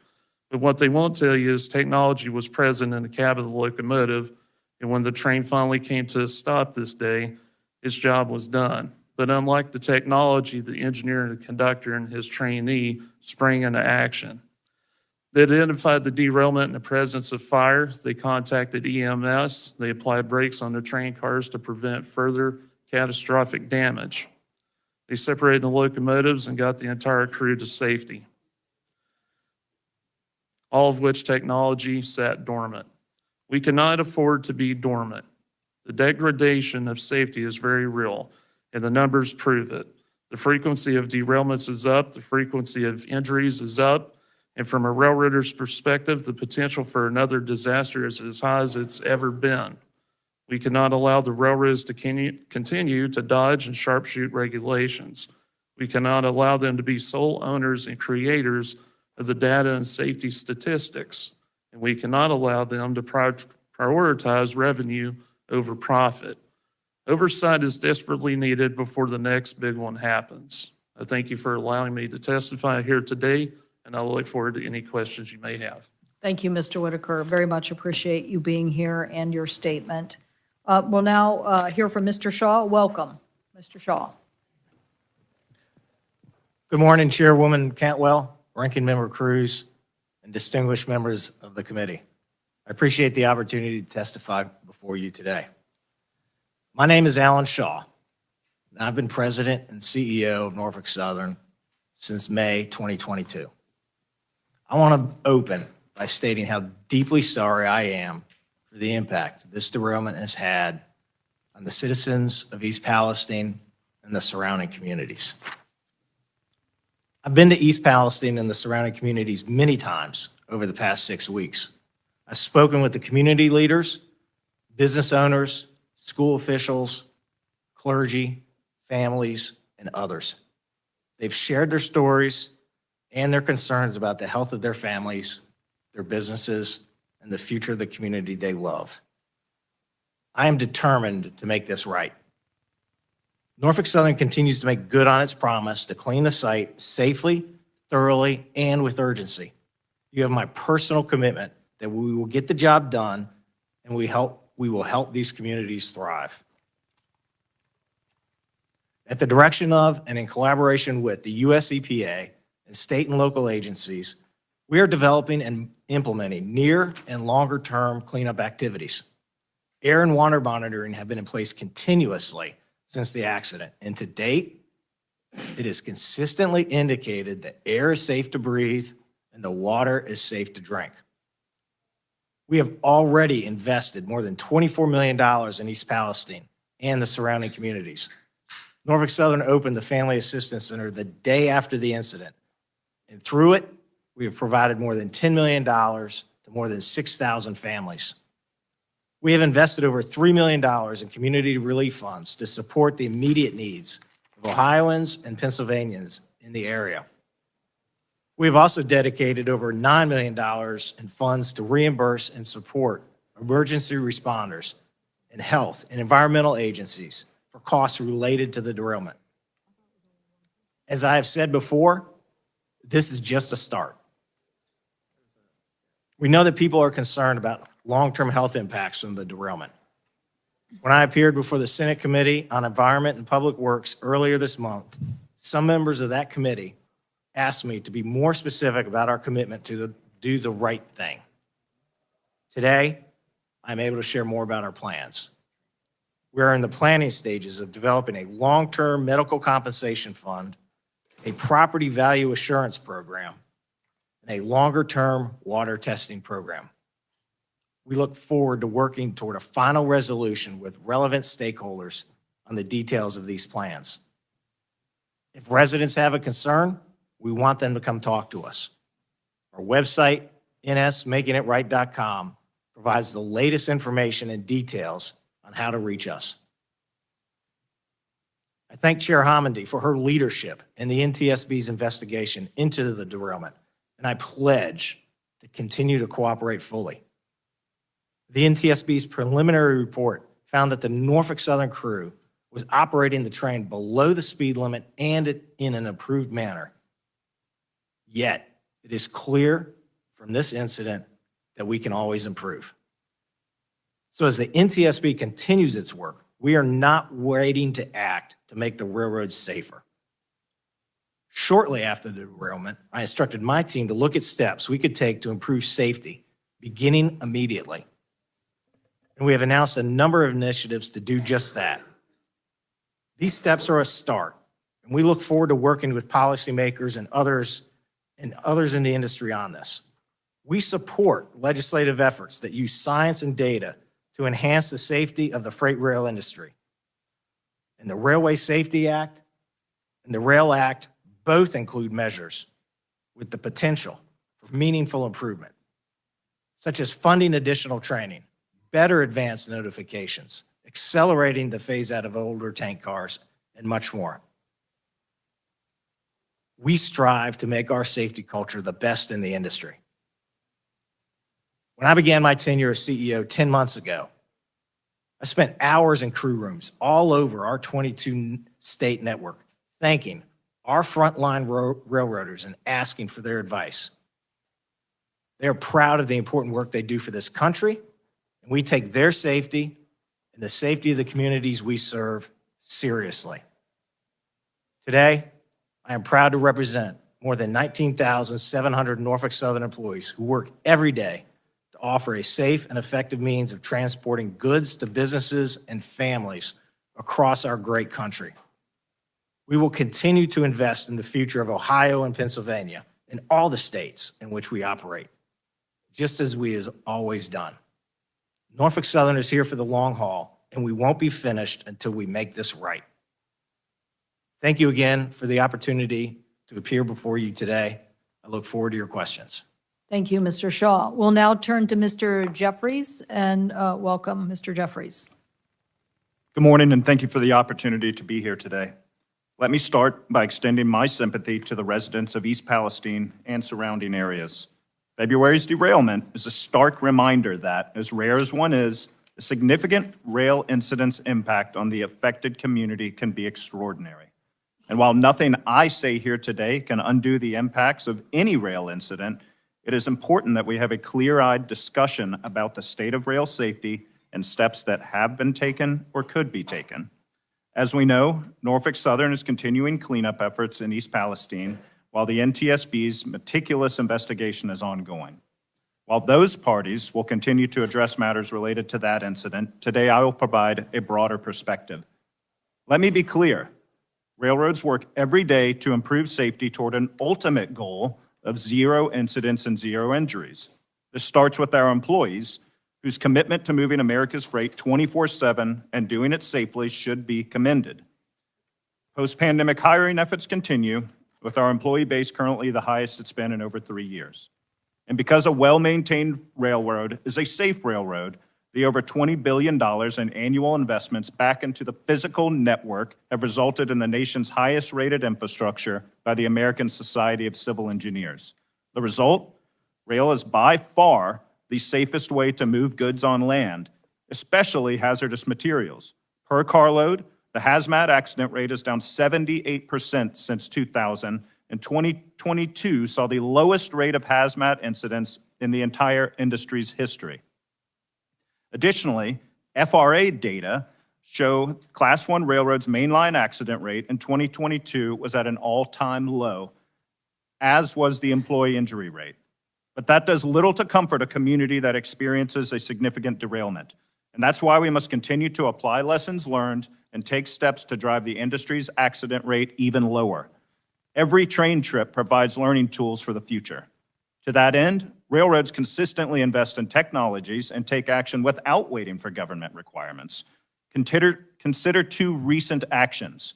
First, following an industry-wide analysis, railroads are installing approximately 1,000 additional wayside hotbox detectors on the national network, standardizing critical alert thresholds for these systems, and analyzing and adopting new industry standards for trending analysis protocols to preempt potential problems. The vast network of these and other wayside detection systems exists today because railroads installed them voluntarily, not because of government intervention. And just 2 weeks ago, upon learning that a segment of new cars on the network could be prone to derailment causing loose wheel sets, the industry took immediate action to take them out of service until those wheel sets are replaced. Myriad tools and methods are used every day to prevent incidents. Positive train control is fully implemented in helping prevent catastrophic accidents. Automated track inspection that sees into the track, as well as machine visioning and onboard sensors all improve safety. Yet prevention is just one part of the three-legged safety stool, along with mitigation and response. On the former, the industry has a well-documented history of petitioning for stronger tank car standards. We are also committed to working with our partners and Congress to get older tank cars off the network. On response, first let me recognize Mr. Comstock here today and every first responder who tended to the accident in East Palestine. These individuals, like all firefighters who respond to rail incident, should be commended for their service. To do their jobs, though, they need proper training and tools, and thus the industry is reinforcing its training programs and expanding access to information. This year, railroads will train 20,000 first responders in communities across the country, while the industry can provide another 2,000 first responders with free, in-depth training at our world-class facility in Colorado. This week, we launched a pilot program directly targeting emergency communication centers to promote broader access to AskRail, which provides first responders real-time information about the contents of every car in a train and the safe handling of those contents in the event of an accident. Congress can support this effort by helping increase awareness of AskRail in your communities, and we ask for your help in getting the word out. In closing, railroads are fully committed to safety advancement through our own actions and working collaboratively. We support data-driven policies with demonstrable safety benefits, including the goals of legislative provisions before this committee, and look forward to working together. Thank you for your time, and I look forward to your questions. Thank you. I'm going to defer my first round of questioning to let Senator Klobuchar, who's been here the whole morning, and we thank her for her interest in all of this. Senator Klobuchar. Well, thank you very much. I was, like everyone here, horrified by what happened. And actually, when you look at the numbers, trains derailed 1,164 times last year, up 17% in the last decade. 29 of those derailments were actually in my state. And in 2022, 817 people across the country were killed in rail accidents, 266 in railroad crossing collisions. So clearly, there is reason to go forward immediately with Senator Brown and Senator Vance's legislation and to help in Ohio. I guess I would start with you, Mr. Shaw. Norfolk Southern's accident rate jumped 76% between 2013 and 2022. And could you just briefly explain why and if you support the legislation that our colleagues have proposed? Yes, Senator, thank you for that question. We are a safe railroad. The number of derailments on Norfolk Southern last year was the lowest in the last 2 decades. We are committed to getting better. And so, yes, there are many provisions within the Vance Brown bill for which we give our full-throated endorsement. And then do you support the bill? I support a number of provisions within the bill, Senator, which include And which ones don't you support? Senator, we support the acceleration of the phase-in of the DT-117s, funding first responder, hazmat training, expanding advanced notification. Okay, I'll just put it in writing. I was just trying to figure out which ones you didn't support and why, because I just think it's very important to move ahead. They've signaled an interest in working with all stakeholders to try to get this done. And I just don't want this to be one of these moments where we wait 2 years to pass a bill. Chief Comstock, thank you for your work. We are greatly appreciative of the first responders, firefighters, and everything that you did, not only in this incident, but across the country. So Senator Kramer and I today are introducing a bill, the Honoring Our Fallen Heroes Act, to start looking at making sure that our firefighters, we already have a register going on, as you know, that a bunch of us worked on, but to making sure that this is included in their benefits, the exposure and the certain cancers. And we think we're going to get a lot of support for this bill. Actually, it's specifically targeted, written in a way that we think is going to be good. So could you talk about what some key information you wish you had before arriving at the scene of the derailment?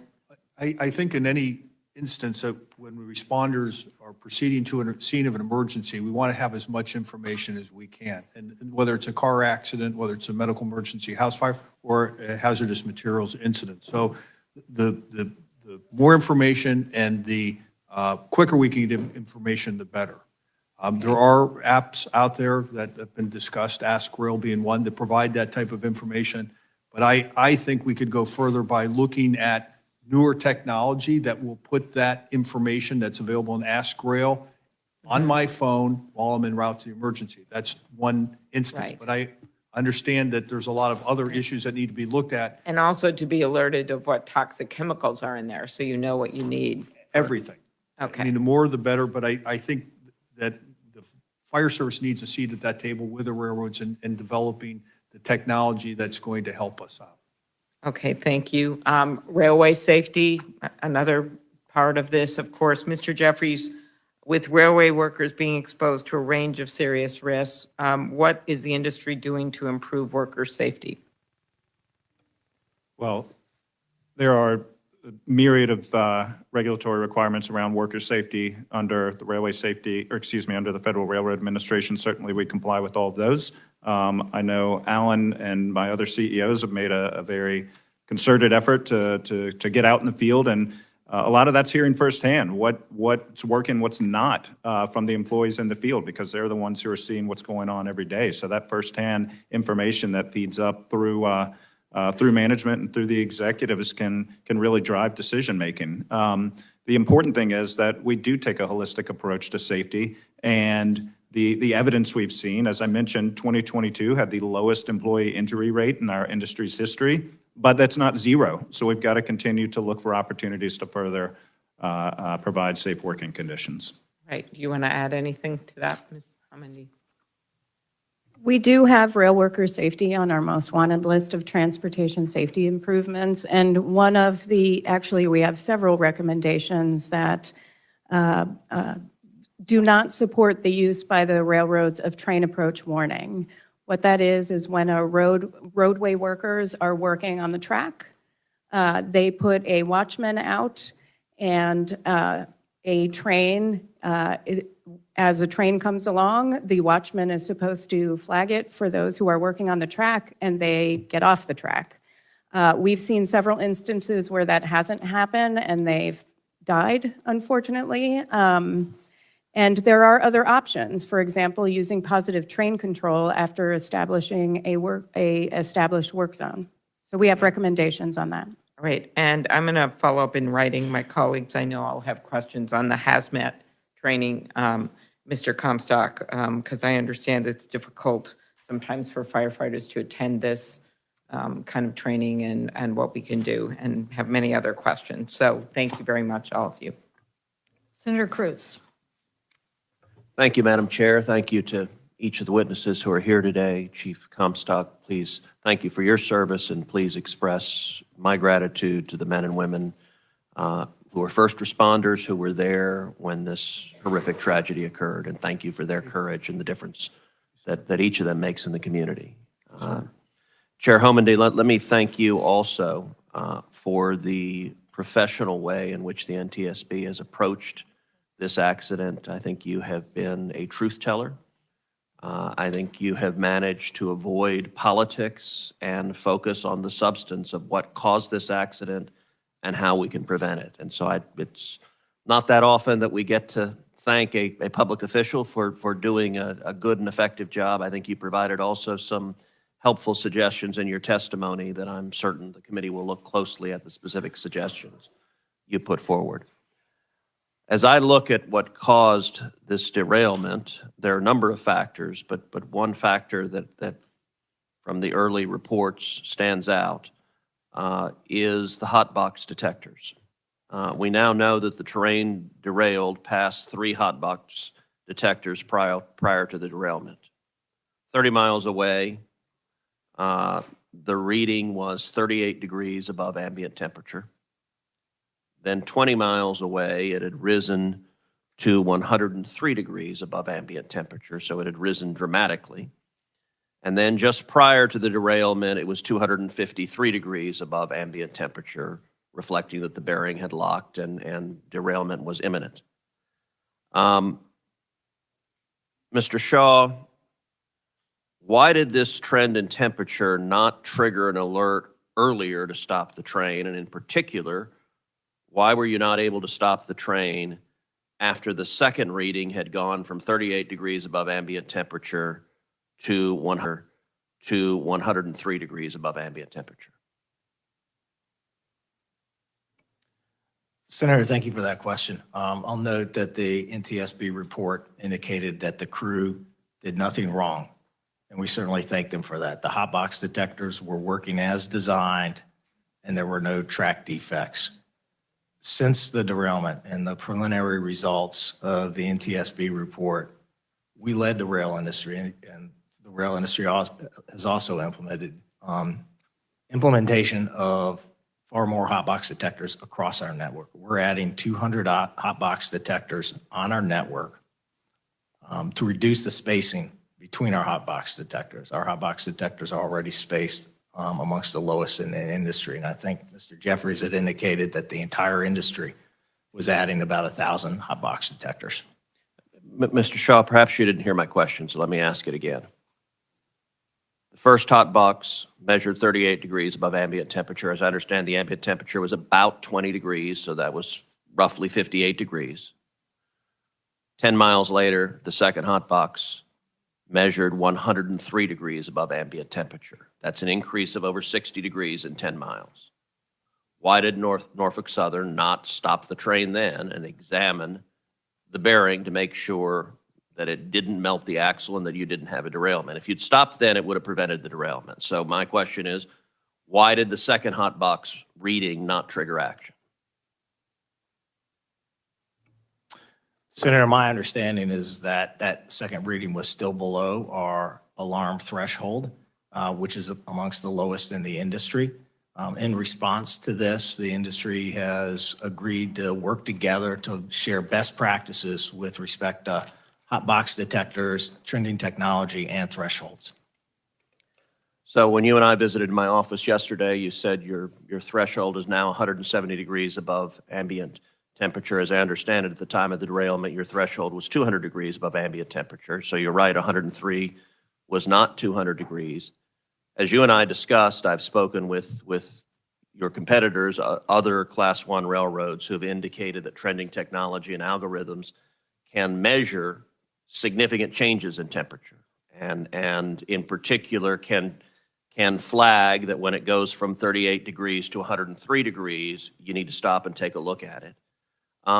Mr. Jeffries, let me ask you in terms of how other railroads handle it. What is the technology that is available to spot this problem before it's gotten so bad that a derailment is imminent? Well, thank you for that, and that's a spot-on question, and that's one of the three things we're focused on as in the industry. So one is the physical deployment of approximately 1,000 additional detectors. Two is creating the industry standard of 170 degrees as a critical threshold. And the third one is really looking at industry best practices to examine and potentially adopt new algorithms for trending detection so that if there is a dramatic spike in temperature, even though it may be below that absolute threshold, it's caught.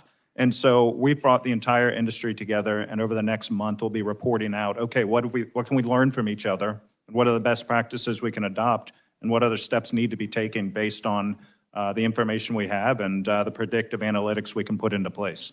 If I could ask one final question, Mr. Whitaker, sure. I didn't see that, but sure, I would welcome you. Thanks for acknowledging Senator Cruz. I'd like to just make note that trending defect detector technology, from being in the cab of a locomotive, when we pass a defect detector, it trends to a office like Norfolk Southern in Atlanta, Georgia. It doesn't convey to the railroad crews, which is a problem in this incident as well as many others that still continue to this day. What we need as a train crew, which they say they listen, they haven't been listening for quite a while. We need to be notified whenever these trending detectors are seeing this car trend hotter. That way we can keep a better eye on it, or even stop, inspect that rail car. Sure. But as it stands right now, even after East Palestine, it's all about moving the train. That's all PSR is. That's all they care about. So right now, they tell the train crew to stop your train, set your brakes in a full service application, then release. And hopefully that releases whatever the case may be. When the safest cause case should be, we stop and go back and inspect. That's what the conductor is there for. That's why a two-person crew is essential. So that's very helpful. So you're saying, if I'm hearing you right, that having real-time reporting of what the sensors are showing for the conductor, the engineer, would be helpful. Mr. Jeffries, are there technological barriers? Are there impediments to giving the crew real-time reporting of what's happening? So I can't get into the technicalities of that, but I will say one thing we are focused on with any sort of regulatory requirement on wayside detectors themselves is that we do need to be given the opportunity to evolve our technology, because continuous onboard detection is the next phase of sensors and detection. And so certainly that's something we're interested in and interested in further deploying and further developing. Well, as we're drafting this legislation, I would ask you to please, if there are technological issues we should know about, please let us know, because I have to say what Mr. Whitaker said there makes a lot of sense to me. And if there's if there's a reason it's not yet feasible, we need to know about it, because that seems to me a reasonable element for legislation. Mr. Whitaker, yes, my time's gone, so, but go ahead, Mr. Whitaker. I apologize. I do think it's very important to shed some light on this. It is feasible. The technology is there. Several days after East Palestine, we almost had a similar incident in Cleveland area on Norfolk Southern. The crew, the defect detector said no defects to the crew. The train dispatcher came on and said, hey, we have a report of a trending defect detector on the train. We need you to stop and inspect it. Immediately after that, the chief dispatcher, which is the person that controls the whole railroad, told them to keep going. If it were not for an eastbound train passing them and instructing them, hey, your train's on fire. Wow. Stop your train. And we set that car out. They had to walking speed this car 5 miles. So the technology is there. They're just raising and lowering their thresholds to move freight. Thank you. Thank you. Senator Markey. Thank you, Madam Chair. It's clear that for too long, the rail industry has been raking in profits and putting safety on the sidelines. Mr. Whitaker, do you agree that the East Palestine derailment would have been far worse if there hadn't been multiple crew members on board? I do, sir. Thank you for the question. I think if the railroads had it their way down to one-person crew and they reduced the conductor position to a ground-based, meaning a person at a pickup truck driving to the site, that puts the engineer in danger. It also puts the response time and the assessment of the issue in danger. So if there was only one crew member on that train, do you think it could have been far worse? Oh, absolutely. Absolutely. Yeah, and that's why my Safe Freight Act would require trains to have at least 2 crew members. And I'm proud that my legislation has been included in the Bipartisan Rail Safety Act. Mr. Shaw, will you commit to supporting legislation requiring at least 2-person crews on all freight trains? Senator, we'll commit to using research and technology to ensure the railroad operates safely. Will you commit to a 2-person crew on all trains? Senator, we're a data-driven organization, and I'm not aware of any data that links crew size with safety. Do you disagree with Mr. Whitaker when he says that it would have been far worse? His testimony is loud and clear. It would have been worse if there's only one person as a crew on that train. Do you disagree with him? Senator, I believe that we have operations infrastructure on the ground to respond to derailments. I think you're not answering the question. Okay, it's almost like the last hearing all over again, because I think the evidence is very clear that these trains can be absolutely safer, but that technology is no replacement for human beings. For example, it can't perform the cognitive functions of a conductor and can't collect visual cues during an emergency. 2-person crews make our trains safer, and I wish that you would commit to that today, because I think it's pretty obvious that that is the correct answer. And I just get sick of industry executives talking about supporting the principles of regulation while they lobby against common sense regulations like this one behind the scenes. Again, let me move back over to you, Mr. Whitaker. The safety issues that plague our nation's rail system are not a mysterious, inexplicable phenomenon. They are a direct result of business decisions. So, Mr. Whitaker, do you agree that the rail industry, including Norfolk Southern, has a business model that prioritizes profit over safety? Thank you for the question. Yes, that business model is precision scheduled railroading. So those safety issues are not just a threat to the communities where rail companies operate, they are a threat to rail workers. In the wake of the East Palestine disaster, Norfolk Southern failed to provide proper protective equipment to the workers who cleaned up the derailment site. That is appalling. Mr. Whitaker, do you agree that rail workers should have the ability to collectively stop work when conditions threaten their health and safety consistent with the Federal Railroad Safety Act? Thank you for the question. Yes, I do believe workers should be able to stop any and all work whenever their safety is in danger. except as it stands right now, we would be retaliated against And why would you be retaliated against? because we don't have protections on that level. So, Mr. Shaw, do you agree that rail workers should be able to collectively stop work in unsafe and unhealthy conditions consistent with the Federal Railroad Safety Act? Senator, I absolutely would expect our employees to operate in a safe manner. And if they are concerned about the safety of their operations, then I would expect them to address that. Well, the rail workers are saying that your company has failed to ensure their health and safety, and they fear retribution. That's what Mr. Whitaker is saying for speaking up.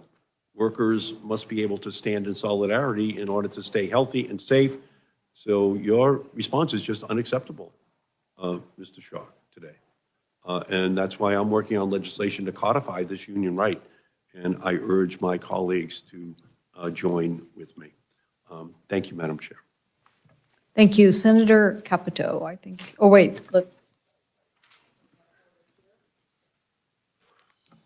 Senator Vance. All right, thank you. Thank you all for being here. Appreciate your time. I'm going to start with the NTSB Chair, Hamandi. So you stated in Washington Post that train accidents, quote, train accidents in general per million train miles are going up, so it's trending upwards, accidents. Is that true? The yard accidents rates are going up. The mainline track rates are going down. Okay. Has a spill of vinyl chloride occurred before due to a freight train derailment? I'm sorry? Has a spill of vinyl chloride happened due to Yes. one of these derailments? Yes, Okay. sir, Paulsboro. And do you remember the NTSB's recommendations at that time for a notification to first responders? Yes, sir. And what was that? We had several recommendations, including providing real-time information to emergency responders, making sure that they were adequately trained and provided the appropriate gear, and that they were part of emergency planning with the locals and the railroads. And how long ago did you make that recommendation? 2013 was the accident. Okay, so I'll point out that 9 years ago, we made a recommendation from the NTSB that they should provide proper notification to first responders. That still hasn't happened. That's one of the reasons, by the way, why we've advanced this legislation. I want to go next to, and thank you, Chair Hamandi. I want to go next to Mr. Shaw. Mr. Shaw, I know that you have some disagreements about the precise distances necessary for wayside bearing detectors and so forth. But I wonder, could you commit to supporting a mandatory standard for hot bearing detectors, even if not our specific limits? Could you submit to supporting one in principle, assuming we can get the limits right in your view? Yes, Senator, I absolutely appreciate your leadership and Senator Brown's leadership for the Railway Safety Act.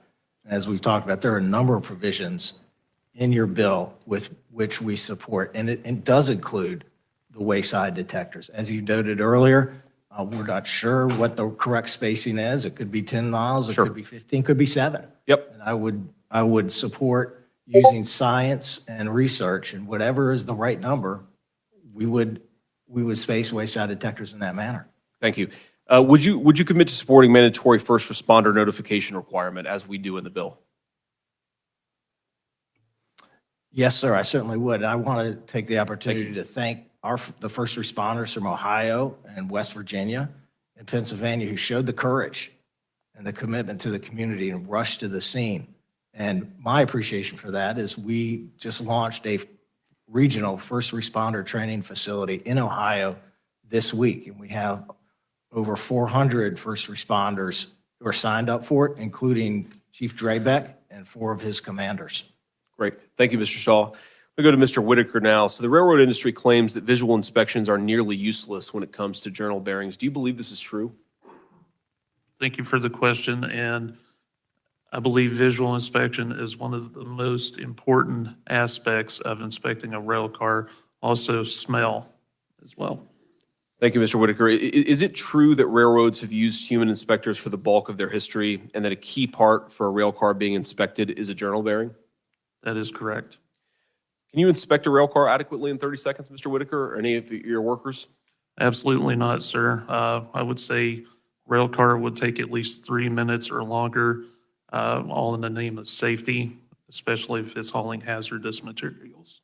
Yeah, I appreciate that, Mr. Whitaker. And I want to pick up there and go to Mr. Jeffries here with the minute that I have remaining. The railroads have stated in regards to their opposition to tougher inspections, quote, increased time on a task does not necessarily correlate to increased safety. And to be fair, I think that's a fair argument to make. Mr. Whitaker just said 3 minutes. I don't think we should be mandating 20-minute inspections. I don't want to make any requirement. We institute a reasonable one so businesses can comply. Mr. Jeffries, would you support a 30-second minimum in inspection time? I can't tell you what the right time is. I can be focused on outcomes and making sure that we are addressing issues. And if there's a systemic or if there's a series of cases where failures or malfunctioning equipment isn't being caught, we need to address that. And whether that's because there's not enough time allowed, because there's not appropriate training, because of some other factor, we absolutely need to address that. So I understand that, but I'm trying to get a specific commitment here. Do you think, we just heard from Mr. Whitaker, that he doesn't even think 30 seconds is enough time to properly inspect a railway, or excuse me, properly inspect a rail car. Do you think 30 seconds is enough to do an inspection? Would you support that as a mandatory requirement? Well, certainly not being the technical expert, it seems 30 seconds doesn't seem like a long time to do an in-depth inspection. Okay, I appreciate that, Mr. Jeffries. Well, I'm out of time, and I guess Acting Chairman Welch, I yield. Thank you, Senator Vance. I think I'm next here. Mr. Shaw, Ms. Hamidi testified that this was a preventable accident. Do you agree? Yes, thank you for that question, Senator. Yes, I do agree. And in this industry, Stop. What should have been done to prevent it? Senator, in this industry, we have to look at every accident as if it were preventable. And in this case, we know that the Norfolk Southern crew did everything they were supposed to do, and we thank them for that. We know that the wayside detectors were operating as designed, and we know that there were no track defects. We know that Chair Hamidi's work is focused on a wheel bearing of a privately owned rail car that no railroad owns. And so improvements in safety are going to require an industry-wide approach, which includes car owners, car builders, customers, and railroads. And Senator, many of those components are included in the Vance bill, the Vance-Brown bill.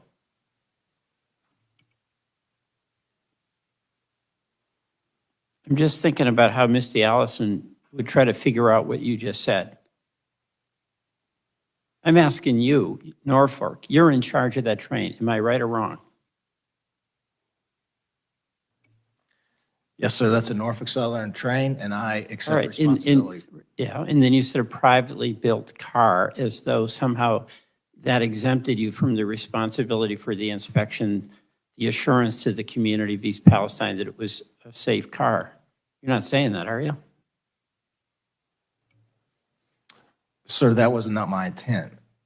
My intent was a holistic approach. Here's the question. It's your car. You're responsible when the train starts to when the train comes into the terminal, correct? You can't point fingers at other people. It's your responsibility to be the assurer to the community of East Palestine that a train that Norfolk Southern owns will pass through its community safely. Is that correct? Yes, sir, that is my responsibility. Okay. So you said it was preventable. And whose responsibility was it to prevent it?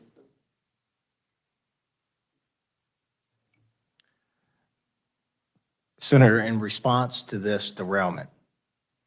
The railman? Not the company? Senator, in response to this derailment, Norfolk Southern has added wayside detectors in and around Let's just get real here. Whose responsibility was it to prevent this preventable accident from happening?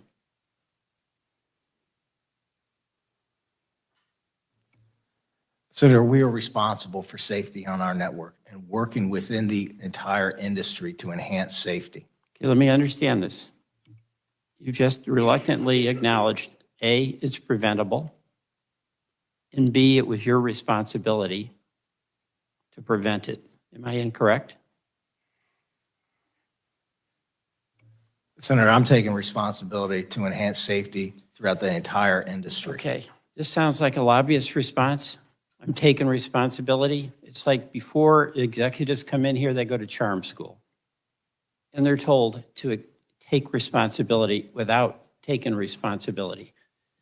Are you saying that it was the responsibility of Norfolk Southern, the company you lead, to have prevented this accident you acknowledge was preventable?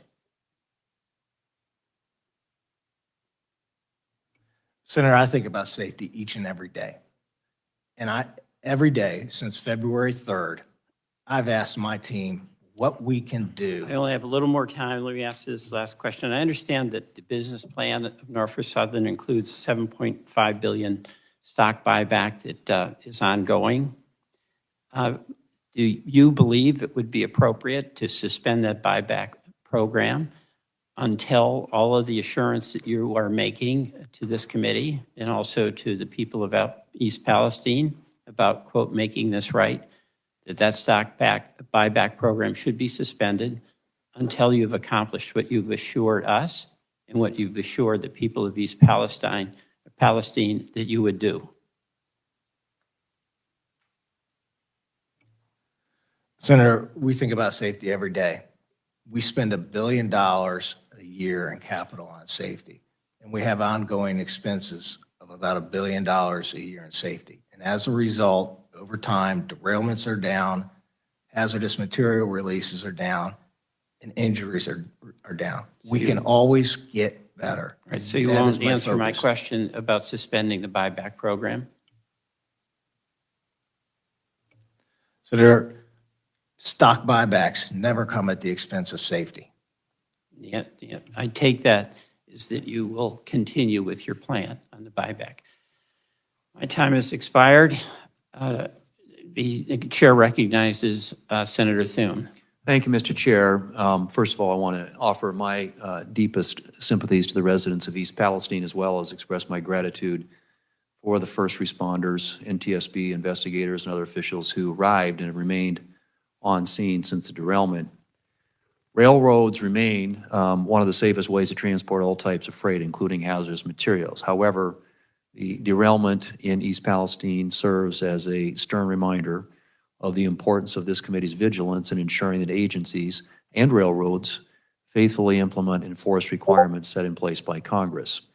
The strongly bipartisan FAST Act, which was signed into law in December of 2015, included an expansive hazardous materials title, much of it directly responsive to the tragic derailment at Lac-Mégantic and others like it.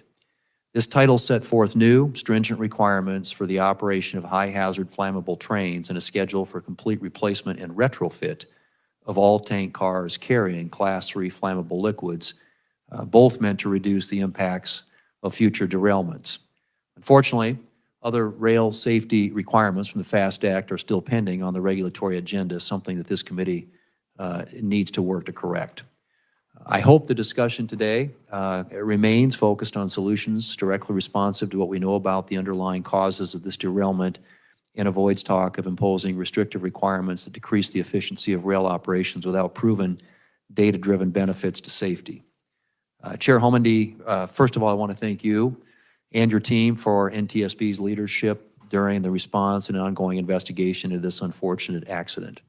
In response to a requirement from the Rail Safety Improvement Act of 2008, the FRA finalized the Risk Reduction Program rulemaking in 2020 and subsequently approved the plan submitted by all Class 1 railroads. Could you describe why a safety management system like the risk reduction program is so important to managing risk and improving safety? It's critically important, and we recommend it in all modes of transportation, that operators are proactively identifying risks and addressing them before tragedies occur. And then as well, having a just safety culture so that employees are emboldened to speak up when safety concerns arise. Mr. Jeffries, Mr. Shaw, could you describe the implementation of the risk reduction program by railroads, specifically how it complements existing rail safety regulations? Thank you, Senator. As you mentioned, all 7 Class 1s have RRPs in place that have now been approved by the FRA, and I think the basis of them is that each railroad, because of the unique operating characteristics of that railroad, takes a risk-based approach to addressing potential issues on its railroad. It allows the opportunity to test out ways to address that, and rinse, repeat, and adjust as time goes by versus a more command and control one-size-fits-all. So we're very early in the stage. I think there's an opportunity there to create a flexible system that allows for a much more nimble response to risk, but that story's yet to be told. But I personally think there's opportunity there, and look forward to the railroads moving their programs forward. Mr. Comstock, Section 7302 of the FAST Act required the Pipeline and Hazardous Materials Safety Administration, or what we refer to as PHMSA, to finalize a rule requiring railroads to provide real-time emergency response information to first responders on trains carrying hazardous materials. Unfortunately, that last requirement has languished since PHMSA issued an advance notice of proposed rulemaking in 2017, despite an updated deadline of December 2022 in the Infrastructure Investment and Jobs Act. So, Chief, it seems to me that this type of information would have been extremely helpful to the first responders in East Palestine. Would you agree? Yes, absolutely. And Chair, your testimony mentions that NTSB has several open recommendations to PHMSA related to emergency response notification. It seems to me that the agency has simply failed to prioritize this rule. Have they provided NTSB with a better answer as to why this has been delayed? I don't have their response on why that was delayed, but I'm happy to provide it for the record. It would be great if you could. It seems to me at least that's a fundamental, one of the issues I think that has come out of this that would have made Mr. Comstock's and hopefully something that could have been used to avoid and mitigate the damage from this terrible derailment. My time has expired. Can I add one thing? Yeah. Just to emphasize what the chief said, operations level training for firefighters. There are different levels of training. Most firefighters receive awareness level training, which is not appropriate for firefighters. At a minimum, they should have operations level training, which is a standard. And so just for consideration. Okay, very good. Thank you.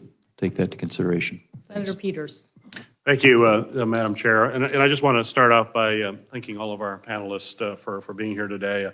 I chair the Surface Transportation Subcommittee of this full committee, and I also want to thank Senator Brown and Senator Vance for their leadership on working to improve safety of our rail systems.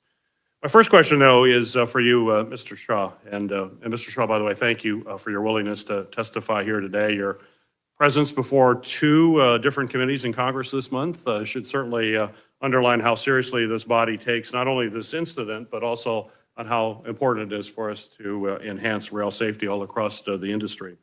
Over the past few months, Michiganders have seen multiple Class 1 railroad derailments in our state, leading to rail cars hanging off the side of a bridge in the city of Detroit, days-long passenger rail delays, and near miss of hazmat incidents. Michiganders are watching what's happening in East Palestine and are rightly demanding that we do everything in our power to prevent it from happening again. And I'm certainly committed to do that, and I appreciate that you've also stated your commitment to safety in your testimony here today and our conversation that we had earlier as well. Unfortunately, though, I received data yesterday that indicates that Norfolk Southern is not yet living up to that commitment. A document that I received, which I have right here before me, a document I received shows data from Norfolk Southern's own internal servers that there are dozens of rail cars operating on trains, some of which are heading into my state of Michigan, that have gone over 5,000 miles without a Class 1 brake inspection. That's thousands of miles above what the Federal Railroad Administration regulations require.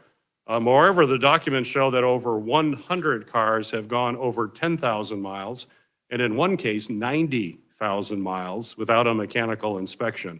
And this is the data just from 2 trains. So I suspect we'll have data from other trains that we look at.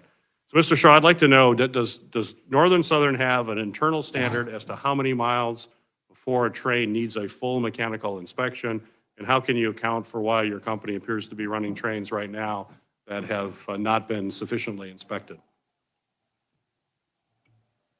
Senator, thank you for that question. I am not aware of that data. I can assure you that our policies are there to promote safety of our train operations, and we do not allow unsafe rail cars to operate. Well, I'll be happy to provide what we have here and would appreciate your comments after the hearing.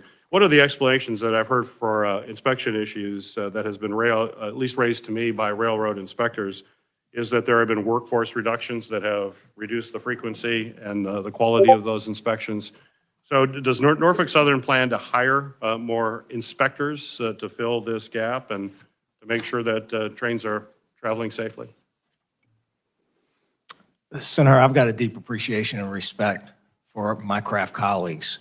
And ever since I became CEO in the middle of last year, we've been on a hiring spree. We hired a near record number of employees last year, and our pipeline of conductor trainees is amongst the highest in our history right now. And several weeks ago, I reached out to the heads of our largest unions and asked them for their assistance in helping Norfolk Southern enhance our safety culture. Thank you, Mr. Rowe.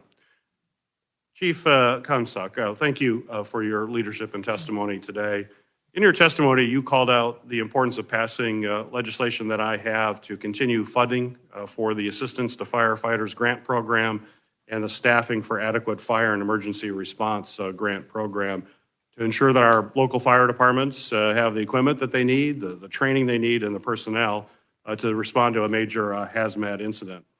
As you know, I have authored that legislation will hopefully become before the Senate as early as next week, the Fire Grants and Safety Act, to increase that funding. Could you please discuss how important it is for this legislation to pass and how these grants, if they were to expire, would be detrimental to small communities like yours and make it really nearly impossible to respond to disasters like what we saw in East Palestine? You're absolutely correct. From the fire service perspective, I can't think of any grants that are more important than those. From my own department, it's permitted us to get radios, to get SCBA, to put a generator in the station that we can put the doors up when the electricity goes off. Fire departments, particularly small ones, rely on those grants every year. They're critical, and without those grants, we could not do our jobs. Thank you for your answer. Thank you, Madam Chair. Thank you, Senator Peters. Senator Capito. Thank you, Madam Chair. Thank you all for being here today. Mr. Shaw, thank you for coming to our EPW hearing 2 weeks ago. Appreciate that, and appreciate everybody being here today. Mr. Shaw, question I have on the ordering of your cars. It's my understanding that this was a 149 rail car train, that on the 23rd car was carrying plastic pellets, according to the NTSB report, that lit up like a match, and then and it had that overbearing wheel bearing, and the overheating wheel bearing. And then 5 cars away were 4 cars of vinyl chloride. I guess, first of all, I would ask if that's correct. And then I know that high hazardous flammable trains have more safety regulations. Why would this not have been characterized as a high hazard flammable train if it had this hazardous materials as part of the 149 car train? Senator, thank you for your question. I'm not familiar with the entire makeup of the train. I know that a highly hazardous train is defined by a certain number of highly hazardous cars in it or a certain number of cars in a block. Ms. Hammond, Thank you, Senator. Homendy, sorry. Thank you. Maybe you can help me with that question. Yes, the definition of a high-hazard flammable train involves Class 3 flammable service, flammable liquids only, and 20 car loads in a continuous block, which would be a unit train, or 35 car loads of Class 3 flammable liquids in a mixed freight train. That was not what was on this train. There were some that were flammable liquids, Class 3 defined flammable liquids, but this train was not a high-hazard flammable train. Right, it wasn't a high-hazard train, but it had high hazardous materials, obviously very flammable, that just lit up the sky. So That's right. is that something that you would consider that should be looked at as a safety improvement? Yes, Senator. We think that the thresholds of the 20 and 35 should be eliminated, and we think a broader array of hazmat should be in the definition of high-hazard flammable train. Yeah, it sounds like that would be. Let me ask about the tracks. We had a derailment in Cabin Creek a couple years ago where the track, it got cold, and I think then it melted, and anyway, the track, it derailed there with some hazardous materials. How are we doing on track safety, and what kind of improvements might be in the future that if we look to this bill that Senator Vance and Brown have put together? Is this something we should look at? I know timber ties are what we're most still using. Is that the best materials to use? Are you looking at that at the NTSB or? Yes, and track defects remain the second biggest cause of train accidents, outside of grade crossing accidents. But human factors is number one, train defects is number two. Rail defects. I'm sorry, track defects. Track. Sorry about that. Track defects. And there is technology, but we also think that personnel are critical as well, and that technology should supplement, not supplant. Mr. Jeffries, did you want to address that question? Yes, thank you. Track cause being the second leading cause on main lines, we did have the lowest number of rate of incidents in 2022, but we're not at zero. And it's important, Chair Homendy referenced technology that can be deployed. Autonomous track inspection tools can, one, provide a significantly more intense and sensitive type of inspection that's really 360 degree around the rail, through the rail, to identify anomalies before they become risks. And that can be attached to the back or the front of a train for continuous inspection. And that is not dehumanizing the network. That is using technology to supplement in a much more effective way the naked eye inspections that occur today. And so we believe we should be encouraging and enhancing and allowing additional pilot programs to expand that technology to take on and get this second leading cause of derailments even lower. Let me ask a question about the communications. I'm a bit confused here listening to the testimony. When it showed that things were beginning to overheat, it passed through the 10 miles and 10 miles, does that information come directly to the engineer at the time? Mr. Whitaker, I believe it's Mr. Whitaker, yeah. And why couldn't we do that in this day and age where we have instantaneous communications? Why is that not happening? Mr. Whitaker, can you clarify that on this particular accident? And yeah, I'd like to hear your thoughts on that. Thank you for the question. So technically, there's two different types of defect detectors. One is a standard that gives an audible to the train crew over a radio. It will tell you the defect or no defects. Would that be like an automated voice stop, warning, or something like that? That is correct. It sounds an alarm, Okay. and it repeats depends on the railroad, 2 to 3 times. Okay. But trending defect detector technology is like a add-on to that style detector. We are not notified of a wheel trending hot on the train. That goes to a location, like a headquarters building, a wayside defect detector help desk. They monitor that car. That is the big issue. They need to convey that information to the train crews because we get a no defect alert. So we're just going down the track. Right. So it seems to me that would be a huge improvement if the instantaneous communication would go directly to the engineers. And the last question I have is, I have no, they say never ask a question you don't know the answer to, but I have no idea what the answer to this. Would a different braking system on that train have made any difference? Mr. Shaw, I'll let you answer that one. Chair Homendy was very clear that the use of ECP brakes would not have changed the result of this derailment.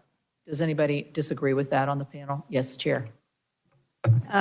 So I had said it wouldn't have prevented the derailment, which is true. At car number 23, it still would have derailed, the fire would have ensued, and likely you would have still had some action on the vinyl chloride tank cars. In this case, it was a vent and burn.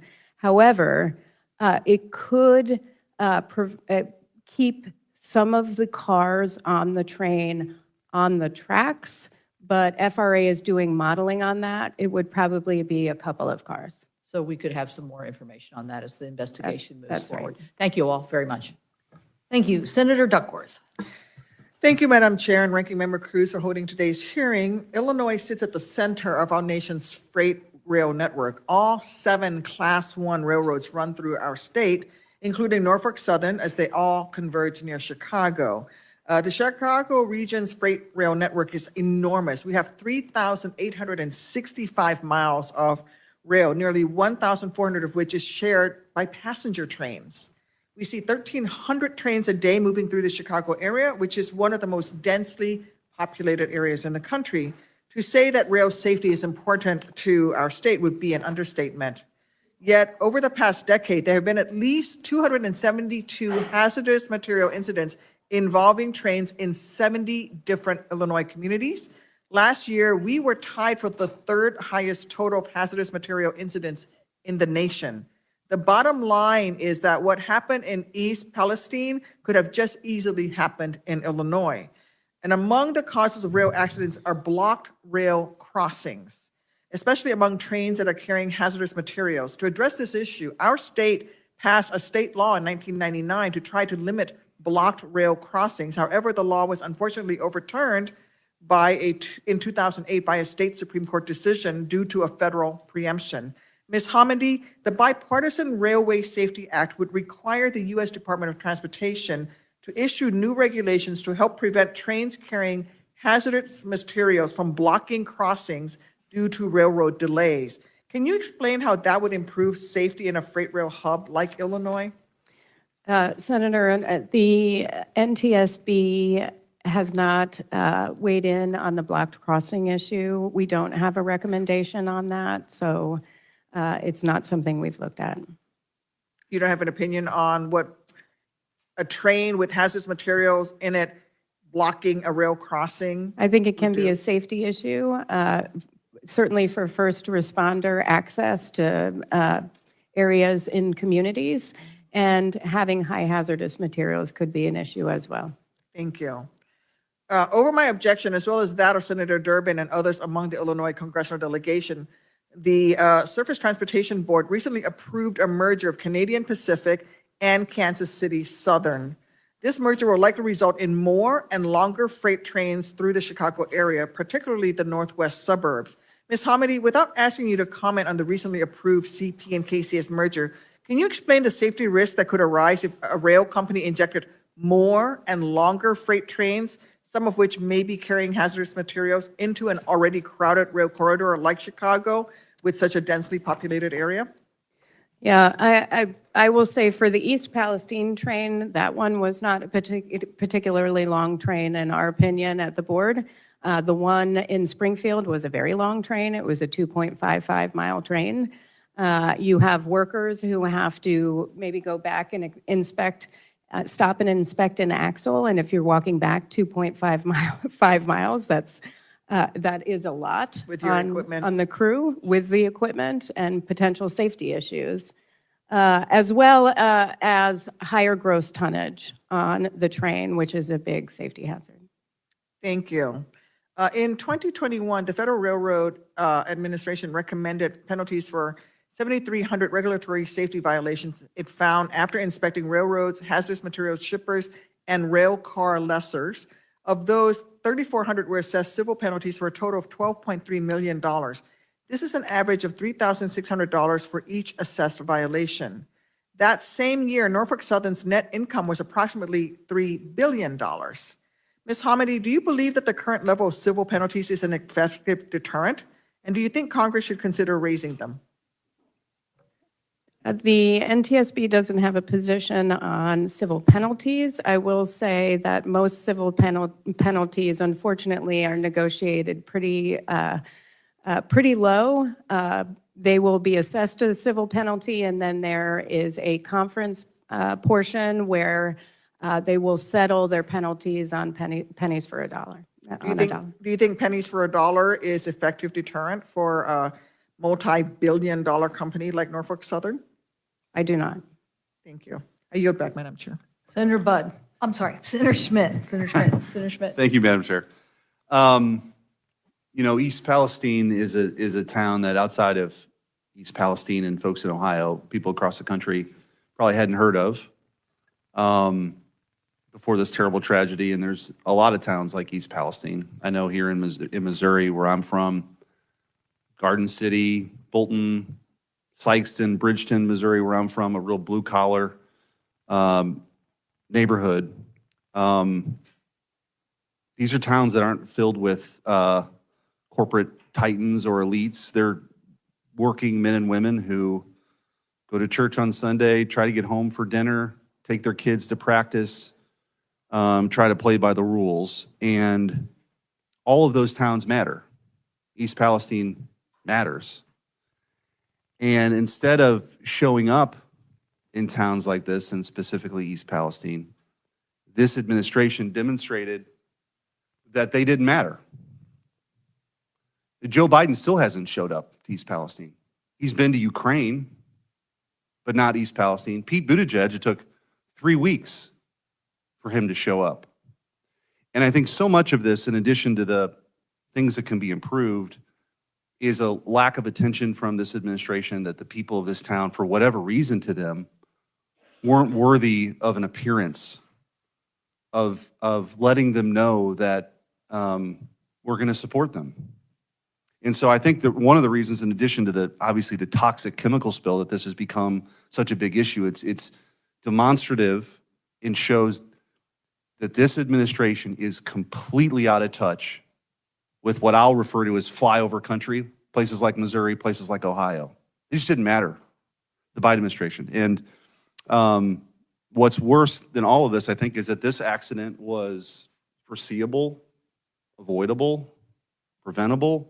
And so, Mr. Shaw, I want to ask you, is it true that Norfolk Southern's accident rate has nearly doubled in the last 10 years, and at least 20 of those derailments since 2015 have involved chemical releases? Is that true? Senator, thank you for your question. East Palestine does matter. I've been there a number of times, and I've visited with the community leaders. I've been in the homes. People have invited me to their business. I've been in the schools. And I've committed the full support of Norfolk Southern. I hear you. You've said that, and I have limited time, but my question to you was, has the accident rate doubled in the last decade? Senator, I am not aware of that. I'll be happy to provide you with that info. I know that from 2021 to 2022, many of our FRAs, most of our FRA safety stats improved. We will continue to get better. We are going to learn from this accident, and that's my commitment. Is I will lead Norfolk Southern and the industry to better safety practices. Well, I would hope so, and I think understanding and we're happy to educate you on those statistics that we have at our ready about how the accident rate is doubled, because there's a lot of folks who live close to railroad tracks. I do. And there's a lot of folks wondering what exactly is going to be done to make sure this doesn't happen again, in addition to the things that need to happen to address the concerns at East Palestine. I did want to, with the remaining time that I have, Chair Hamady, as you know, in the aftermath of this incident, many in the media and in this administration were quick to blame the previous administration, President Trump, for not moving forward or rolling back regulations. However, those arguments have been dismissed by including the USA Today and even the Washington Post noting that none of the regulatory changes made during the Trump administration at this point can be cited as contributing to the incident. Can you clarify to the committee today, I know you've made statements about this, just to clarify, that whether the regulatory rollback that took place under the Trump administration was responsible for this tragic incident? I am not familiar with all of the regulations and actions taken on those regulations from that administration. What I will say is with my comments were with respect to electronically controlled nomadic braking. And there were a lot of comments about how that would have prevented this derailment, Yeah, I think which is not accurate. Right, that was specifically cited by Pete Buttigieg, who, by the way, is not here again.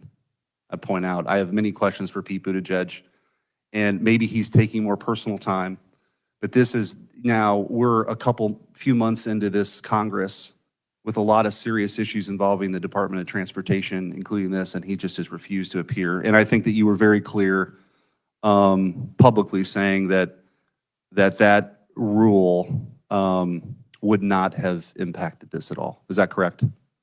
It would not have prevented the derailment. Correct. Yes. Correct. And Madam Chair, I'll yield back the rest of my time, but I do want to mention the obvious, as I just did, that Secretary Buttigieg is not here. He's yet to appear before this committee. And I think it's incredibly disrespectful, not just to this committee, but the American people, that he continues to hide from these disasters that have happened under his watch. Senator Rosen. Senator Rosen.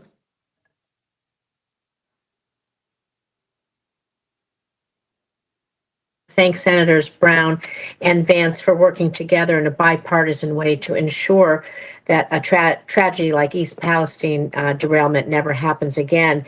And also we have to think about preventing future accidents, how we can be proactive. So in addition to transporting hazardous waste, we also transport nuclear waste by rail. And the events in East Palestine should be a wake-up call for all Americans that it's time to address how we transport hazardous materials in this country. For Nevadans, the transportation of hazardous waste to our state by rail is something we've been fighting since the 1980s. For over 30 years, we've opposed the Yucca Mountain Nuclear Waste Disposal Project, in part because it would require transporting 9,500 rail casks of hazardous radioactive waste in 2,800 trains and over 2,600 trucks from across the country to Nevada. This is a major transportation safety crisis waiting to happen, putting major metropolitan areas in 44 states, their railways, and millions of Americans at risk. We already have an aging rail system, and consistent shipments of heavy casks of nuclear waste will cause wear and tear on our railroads and could lead to the kind of disaster we saw in Ohio or worse. And so, Chair Homendy, can you talk about some of the dangers of transporting this kind of waste, nuclear waste, could pose to our nation? And even though I, along with all the Nevada delegation, are committed to ensuring that Yucca Mountain never moves forward to become a reality, I still want to ask you if you're prepared to address nuclear waste spills that could happen as a result of shipping waste on aging rail lines through American cities to places like Yucca Mountain. Well, I will say I do believe that there are some more protective measures for moving spent nuclear fuel. However, there isn't positive train control on, say, that last mile for Nevada. And I will also mention it would be disastrous if something did occur. On our resources, we are pretty strained. The NTSB has 12 rail investigators, and we have 4 pipeline and hazardous materials safety investigators. We need to increase our investigator levels, but that requires additional resources, which we've asked Congress, and the president's budget would accomplish our request of $145 million for 2024. Well, when it comes to safety, we should be investing in that. And I want to carry this a little bit further, because can you talk to us? You said that the positive rail control systems, they're not in Nevada. So we hope that would tell us if that would be beneficial. And can you also tell us, are the trains carrying nuclear waste? Do they have their wheel bearings checked regularly? And what kind of regular checks are you doing to be proactive as we may be transporting some of this additional hazardous waste across the country? They would be checked regularly, but I would have to defer to Mr. Jeffries on the exact requirements for those train inspections. The federal government has established strict standards for transport of spent nuclear fuel and has determined that the railroads are the safest mechanism for doing so. I know my team would be happy to sit down with you and your team to talk about the specifics of the requirements there, but it is something that we would take with the utmost of seriousness, the responsibility that the government has delegated to our industry to move those cars with the highest level of safety.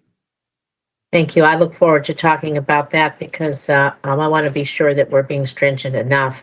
And I want to move to another topic, very important to Nevada. It is reliable freight rail for our tourism economy because Nevada, we're the nation's leader in tourism and hospitality service. It's a sector that relies heavily on freight rail to bring in goods from out-of-state partners to support our industry. And the Interstate 15 corridor, which runs from California to Nevada, it is crowded. It makes it difficult for trucks to move efficiently, and it makes reliable freight rail service along the corridor all that more important. So, Mr. Jeffries, how do you think Congress can support more reliable freight system that moves goods quickly, but still promotes safety as its core priority?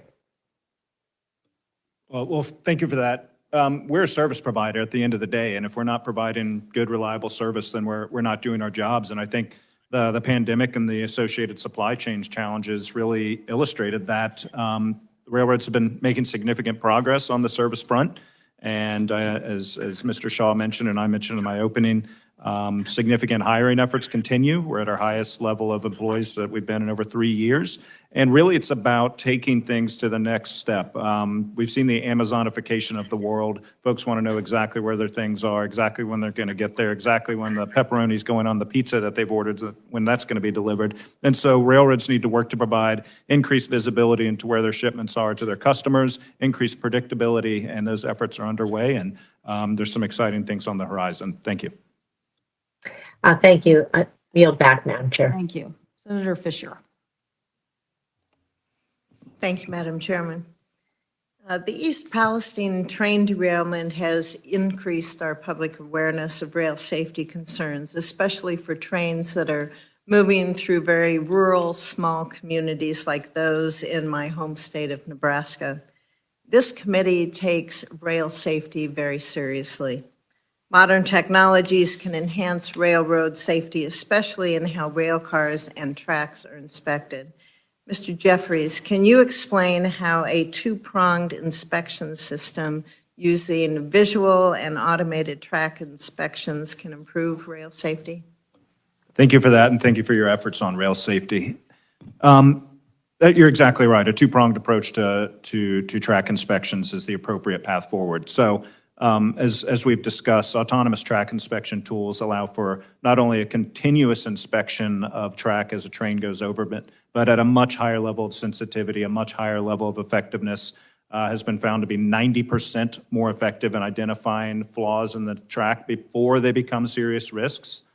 And several pilot programs have been in place with some of our railroads at the FRA. Unfortunately, literally had to sue the FRA to expand those pilot programs and recently won in court the ability to do that. It's a shame that it took that level of effort for a proven safety technology, but it is a two-pronged approach. ATI doesn't catch everything, and it doesn't do every job that a human inspector does. So we absolutely still need the human inspection capabilities, and hopefully our inspectors are also spending more time addressing found anomalies than using the naked eye walking the tracks. And again, there's a place for both, and it's a complementary approach that I think will result in a much higher level of safety, which should be the ultimate goal for everybody. Yeah, you know, that is the ultimate goal. That's what we're trying to get at here. So what's impeding the use of those automated technologies throughout the whole rail network? Right. Well, we're going to take things step by step as we deploy this technology, for one. But two, we need a regulatory environment. We need a regulator that promotes innovation, promotes technology, promotes pilot programs, identifying new ways of doing things, So you don't allows have you to to go build to a court data and sue set. them. So you don't have to go to court. And let's have the opportunity to experiment with things. Some technologies may not work out. Others may prove to have dramatic safety benefits. Let's build the data sets that then we can objectively analyze in partnership with the regulator to advance safety. Thank you. Mr. Shaw, as you're aware, the current law dictates common carrier obligations that railroads must abide by. Specifically, railroads must transport any freight under reasonable terms, including hazardous materials. Mr. Shaw, can you explain how the common carrier obligation impacts the way that your railroad transports hazardous material in coordination with shippers? Yes, thank you for that question, Senator. Rail remains one of the safest forms of handling hazardous materials. We do have a common carrier obligation to handle product. We work very closely with our customers, with our fellow railroaders, and with elected officials and with the regulatory body to handle that in the safest manner possible. And I'll note that in 2022, our derailments were the fewest that they've been in the last 2 decades.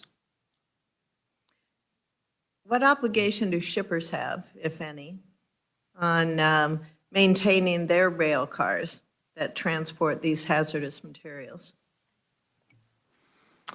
Senator, as you know, there are many components of the Vance Brown bill that we fully support. And the rail industry has been advocating and pushing for stronger tank car standards for about the last 8 years, is my understanding, and that is included in the bill. Thank you very much. I just have a couple short questions here, Mr. Jeffries, for you. When I talk to my constituents in Nebraska, one of the items I hear about frequently is community notification. Folks just want to know what dangerous things could possibly be moving through their towns and cities while still maintaining the security that's needed, that information is controlled in a way, because we all know that there's a lot of people out there that would like to cause mischief. That would be disastrous. Right. In the FAST Act, which I helped to author, it added notice requirements that we did it in a way that provided first responders the information they needed. Again, ensuring that the local actors wouldn't have access to that. Those rulemakings haven't been completed, is my understanding. Do freight railroads agree that appropriate community notification is necessary? And what part do they play in ensuring that communities do have that information? It is absolutely necessary, and we 100% agree with that assessment. And you're right, the rule was supposed to be done, I think, a year after the FAST Act, and so it's 7 years overdue. We didn't wait around. We developed our own mechanism to get information into first responders' hands. But we need help building awareness. We just sent letters out to every firefighter association in each state trying to build awareness. We're shifting towards versus a responder by responder sign-up process to a emergency communications center model, because to Senator Vance's point earlier, if you're in a rural area, you don't necessarily have cell service, but there's a requirement that you always have radio service, to my knowledge, with the emergency communications center. So if the emergency communications center has that access, the first responder can quickly get that from there. But we've got more work to do, and look forward to working with Congress for further ways to get that information into those hands who need it. Thank you. Thank you, Madam Chair. Senator Lujan.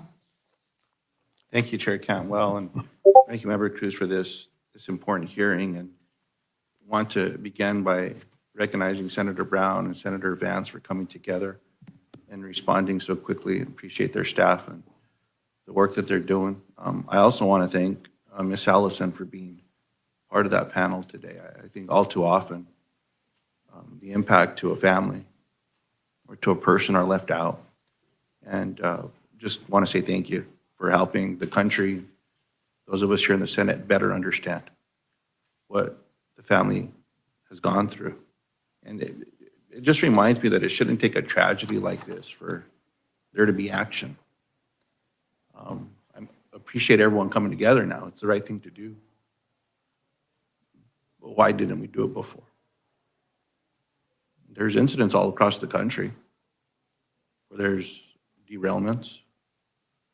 There's been conversations about reductions in workforce. You have less people looking at something, there's going to be a problem. It's not going to be identified until after something horrific happens. We all know the challenges, and one of my frustrations since being here in the Senate and the House is you go through these efforts and we fight for rules and we thank each other, we recognize each other for that work, and then it goes to be implemented.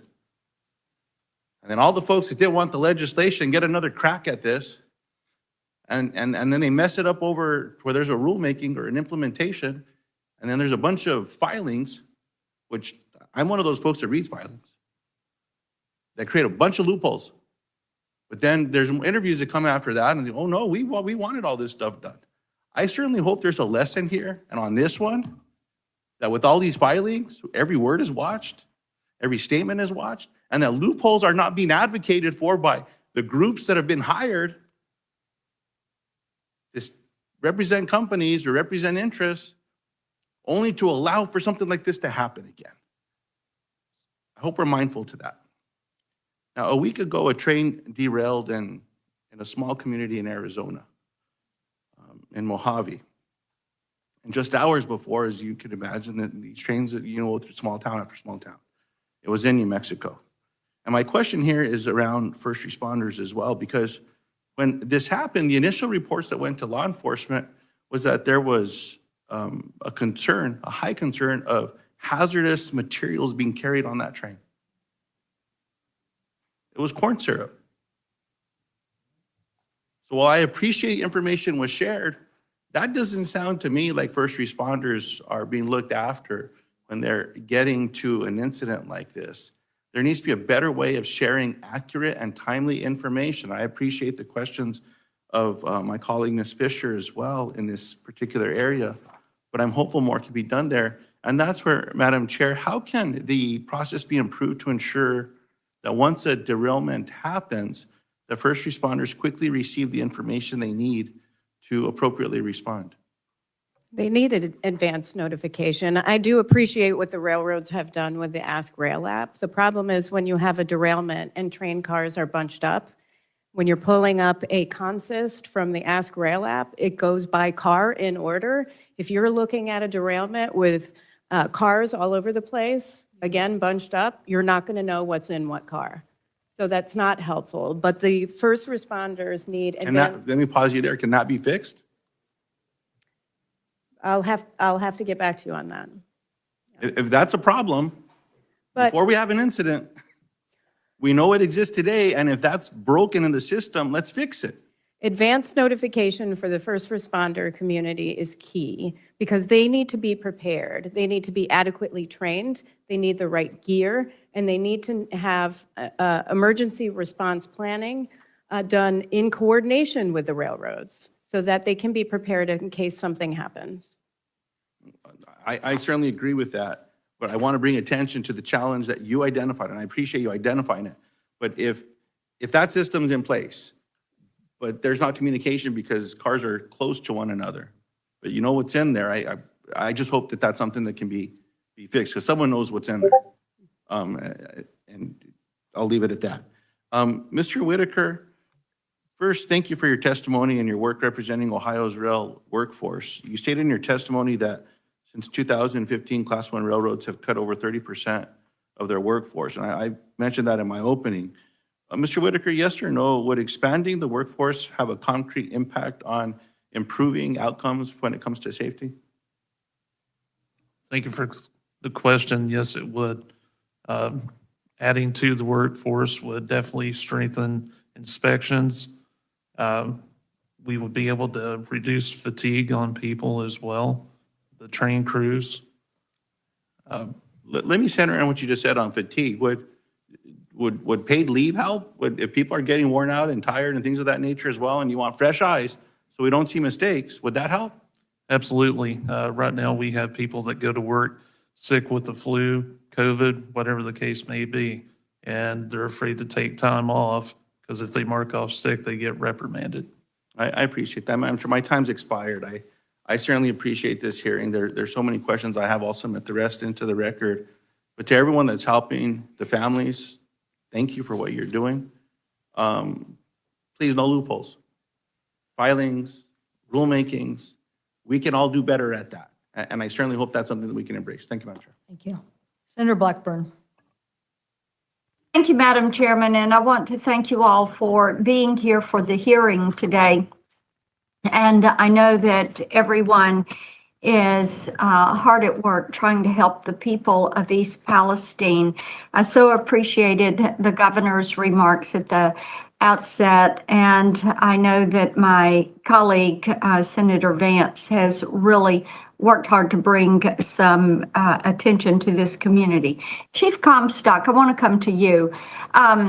It is my understanding that the AAR, in partnership with emergency management agencies in Sumner County, Tennessee, piloted the addition of AskRail data to their emergency management dispatching system. And following the derailment there in East Palestine, firefighters were on the ground for 90 minutes, but could not access the AskRail app to get information about what substances were on board the train. Ms. Homendy did an interview in which she said that none of the first responders actually had the app on their devices at all. So can you give me a little bit more information about how the AskRail app may have been used and whether first responders are making effective use of the app, and what are the requirements around using that app? First of all, thank you for the question. With respect to requirements to use the app, I am not aware of any. As to the effective use of the app, I asked my own department members as to how many are using that app presently. I will tell you I have that on my phone, but I found that 50% of the firefighters had that app, a much higher percentage with respect to our department's officers. I know one of the complicating factors at East Palestine was the fact that the rail cars were off the track. They were bunched up in a ladder style formation. Keep in mind it was night. You had burning cars and smoke. So, it was, and some of the placards had burned off. It was, and you have to try to use that at somewhat of a safe distance. So it can be difficult. I think it is a good app, but it can be used more. We need to have better education. That goes hand in hand with the training that we've discussed and advocated for. I also would add this with respect to technology. There are apps that I have on my phone that when a car flips, the OnStar information or others will be relayed to the app. One example is I Am Responding /Rapid SOS that gathers technology, sends it to my dispatcher. My dispatcher gets that to me on my phone. So en route to a motor vehicle accident, I know that the car's flipped 3 times, the airbag's gone out, and that it has information about that car, whether it's electric car, things that I have to be worried about. So I should be able to get that information about trains, I think. Well, Mr. Jeffries, let me come to you. What is your understanding for how the app was used or was not accessed during the incident? So based on what I've read, I believe it was accessed, but I don't have details by who and how. To be clear, there is it is free to all first responders, and to date, we have taken a responder by responder approach, which there are a lot of first responders in this country, and having 35,000 with the app is absolutely not sufficient, not where we need to be. That's why we're shifting to an emergency communications center approach, also knowing that, as I understand it, first responders will always have access to the emergency communications center, and so that's a central repository that has that information. Responders individually can still download the app. But we're wide open to looking at ways and working with Congress and others in the first responder community to further penetrate that population, to get it into as many people's hands as possible. So you would say the app is not working? I think the app works very well, designed what it's to do. It's making sure that everybody who, we get it in as many people's hands as possible, and going responder by responder is a slow, meticulous way to achieving that. Okay. All right. Thank you very much. Thank you, Madam Chairman. Yes, Senator Hickenlooper.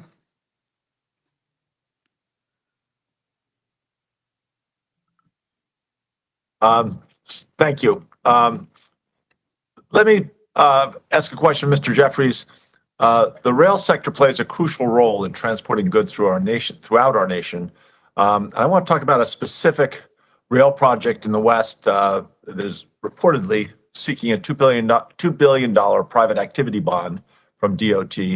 And that would be a taxpayer-funded subsidy for a project that has raised a number of concerns among community leaders in Colorado.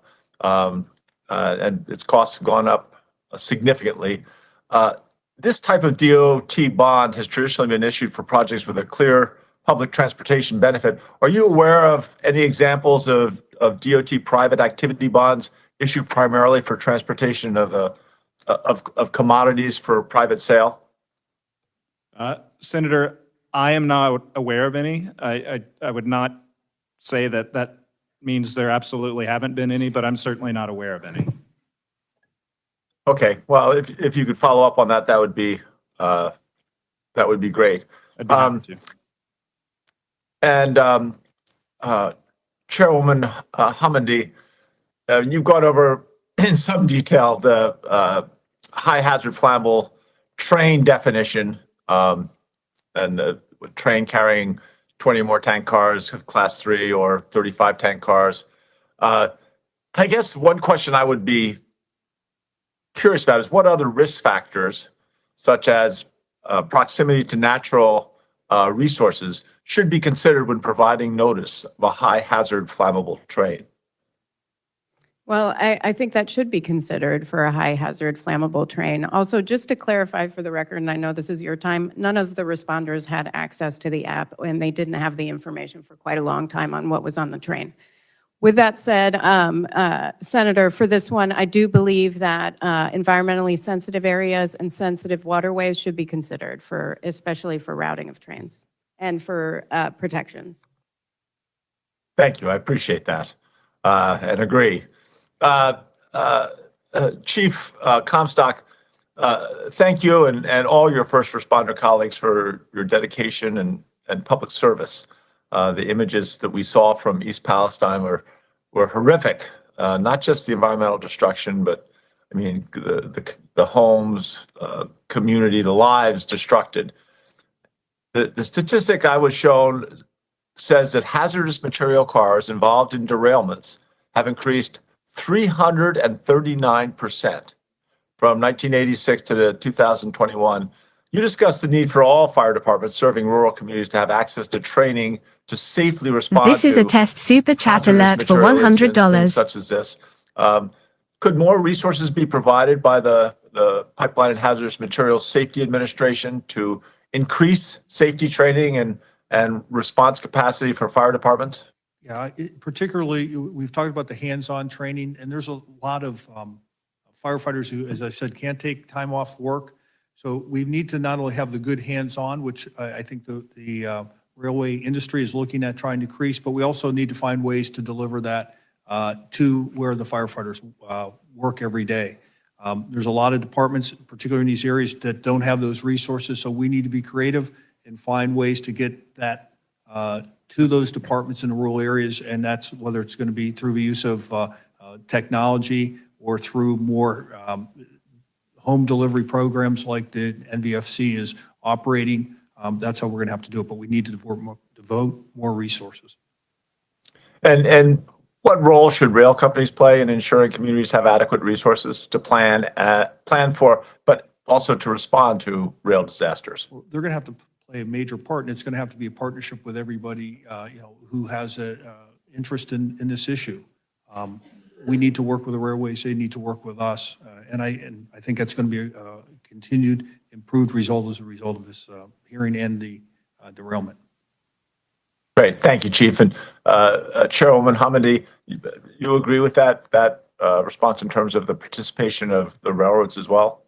Absolutely. We've had recommendations that are still open on ensuring that the railroads participate in local emergency response planning and helping provide resources, including appropriate training.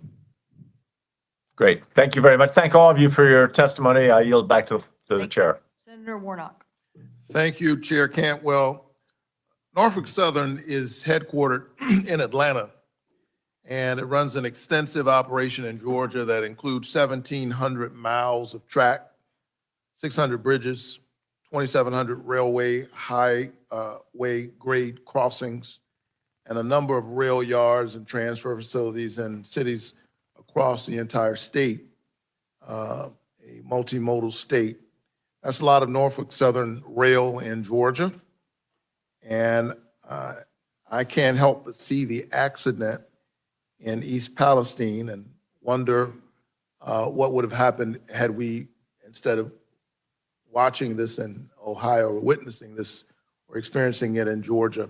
Mr. Shaw, can you give me and the people of Georgia confidence that we won't see an accident like this in Georgia?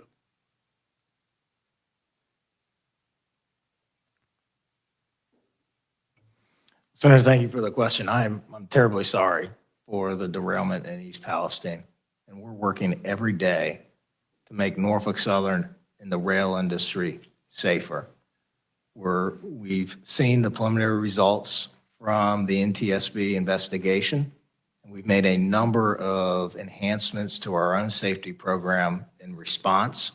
We've worked with industry to enhance safety and put in more safety features. And there are many aspects of the Vance Brown bill that we fully support to enhance rail safety. We are a safe railroad. The number of derailments on Norfolk Southern was the lowest last year that it's been in the last 2 decades. Senator Warnock, I'm fully committed to enhancing safety for Norfolk Southern and for the entire industry. And that's good to hear, and the work that you want to do. Could you speak more specifically, what more needs to be done, in your view, to protect our citizens and our neighbors from accidents like this? Thank you, Senator. We've announced This is a test super chat alert for $31. Detector network. We're adding 200 hot bearing detectors to our network. We're piloting next generation hot bearing detectors. We're working with the industry on best practices for safety. We are deploying more acoustic bearing detectors across our network, and we are installing a digital inspection portal that we are piloting with Georgia Tech outside of East Palestine to inspect passing trains and catch things that the human eye cannot catch. We will continue to invest in safety. We spend over $1 billion a year in capital on safety and over $1 billion a year in ongoing operating expenses. Is there anything that you didn't have in place during this accident? And I know hindsight is 20/20, that you wish you had had in place. You know, what I can point you to is some of the steps that we're taking now based on the preliminary results of the NTSB investigation. I certainly look forward to fully cooperating with the NTSB throughout the full investigation and look forward to their results. So I have to tell you that I move across the state, and you and I have had a chance to talk, and we will keep that communication line open. But I have to tell you that as I move across the state and I talk to Norfolk Southern workers, I'm hearing from rail workers that policies around their working conditions are creating safety issues and may have contributed to this accident. Do you believe your company's worker policies contributed to this in any way? Senator, our policies are there to promote the safety of train operations. I, too, have been fully engaged with our valuable craft colleagues. My first day as CEO, I went out into the field and I walked into the crew room. And I've engaged with our employees and I've thanked them for their service to Norfolk Southern, their service to our customers, and their service to the United States. And since I became CEO, Senator, we've been on a hiring spree. And we now have 1,500 more employees than we did this time last year. So how are you working with those employees and labor on any changes that you're considering? And what have you learned from the accident that might result in changes to your worker policies? Senator, I'm committed to improving the safety culture at Norfolk Southern and throughout the industry. And I have reached out to the heads of our two largest labor unions and asked them for their assistance and their input on how we can advance safety at Norfolk Southern. Great. Thank you so much. And I look forward to working with you and with labor and all of your colleagues to do everything we can and to make sure everything's being done to ensure the safe operation of our nation's rail infrastructure. Thank you, Senator Warnock. It's been an interesting hearing, for sure. A lot of information, but I'd like to get some clarity because we do want to move legislation in this area. I do want to start with some information, though. My state is definitely seeing, there's a debate here about are we seeing an increase in derailments? My state definitely it's great that we had a witness who's actually a marketing expert because Ms. Allison said you can always take numbers and make them mean different things. So I'm just letting you know this is a 10-year window in my state. We've definitely seen an increase in derailments. And because we carry so much oil, it's always an issue for us in these communities. It goes through every area. So I wanted to start with you, Ms. Hamady, as it relates to legislation I originally introduced in 2015 saying let's get rid of DOT 111s. And now in the infrastructure bill, we got a 2029 date. This legislation says let's do it by 2025. Do you agree that that's the right? Yes, the NTSB agrees that we should move up the date and eliminate the DOT 111s from hazmat service, not just from Class 3 flammable liquid service, but all hazmat service in this train. We had 16 DOT 111s carrying hazmat. Only 3 of them, though, would be covered under that final rule in the FAST Act. Okay, do the rest of the witnesses agree? 100%. We filed jointly with shippers in 2011 to upgrade 111s, and following the 2014 rule, came to Congress because there was a 20-car loophole, there wasn't thermal protection, there weren't top fittings protection. So we're 100% on board. It's got to be done in a way that the manufacturers can achieve. I'm asking you whether you support the legislation to move the date to 2025. I support moving it forward as feasibly as possible. 2025? Whatever the manufacturers can make happen. Mr. Shaw? Yes, we support the component of the Vance Brown bill for accelerating safer tank car standards. Okay, let's turn to other issues, if we could, on your investments. One of the things I want to ask you about, Mr. Shaw, is you've been talking about how you've had less derailments, but I'm pretty sure we've seen an increase in accidents. We think of 14%. And so this issue is about the number of accidents. Ms. Hamady was talking about this video issue of the DuPont accident. And so it doesn't matter, issues are issues. And at the same time period as this increase, 14%, we also have, you stated earlier that you invested $1 billion in safety last year. That was at the EPW hearing. However, data from your company provided to the Surface Transportation Board says you've cut network investments by 30% in just 5 years, and at the same time, accident rates increased by 60%. Meanwhile, the company made a record $4.2 billion in profits. So this is a discussion about, are we putting the right resources into the network? Are we putting the right resources, in your opinion? Yes, Senator, we are. We're investing over $1 billion a year in safety improvements. Our capital budget over the last couple of years overall has increased about 30%. We're hiring at a record clip. But this chart shows that you've had this is your own information from the Surface Transportation Board, a 25% decrease in infrastructure investment and a 22% decrease in the number of employees. Senator, when I became CEO of Norfolk Southern in May of last year, we went on an aggressive hiring spree, and that continues to this date. And I'll note that last year, the number of derailments on Norfolk Southern was the lowest in the last 2 decades. I think that Ms. Allison made it quite clear the damaging impact of these accidents and lasting impacts on our children. No, you can't look at that stat you're saying and feel comfort. She can't put her kids to bed at night and feel comfortable about that. So what we have to do is figure out, are we shortchanging infrastructure investment? This is an issue across the board, in aviation, in transportation, here at the rail. We're not going to take profits over safety investments. We are going to require, now, I don't even think that's good business, but here, we're going to make sure that those investments are made across the board for safety. So I want to get to this issue as it relates to the workforce. Particularly this issue of what role they play in the inspection process.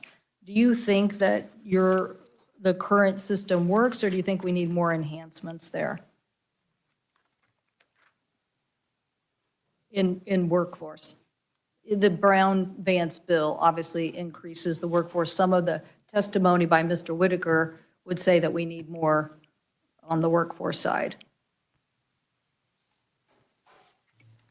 Senator, with respect to the Brown-Vance bill, we certainly support the provision that requires FRA audits of railroad compliance with railcar safety inspection programs. We also fully support the concept of a triennial review of railcar safety standards.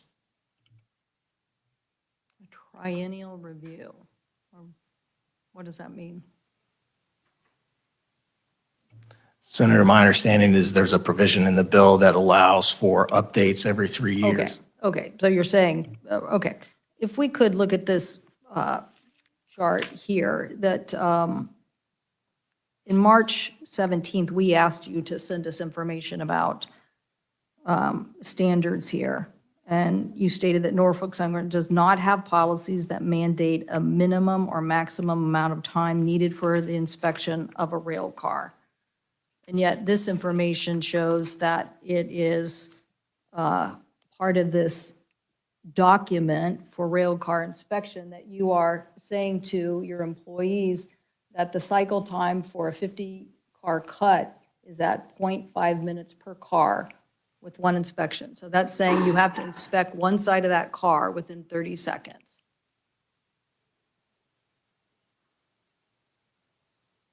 Mr. Whitaker, do you know about this?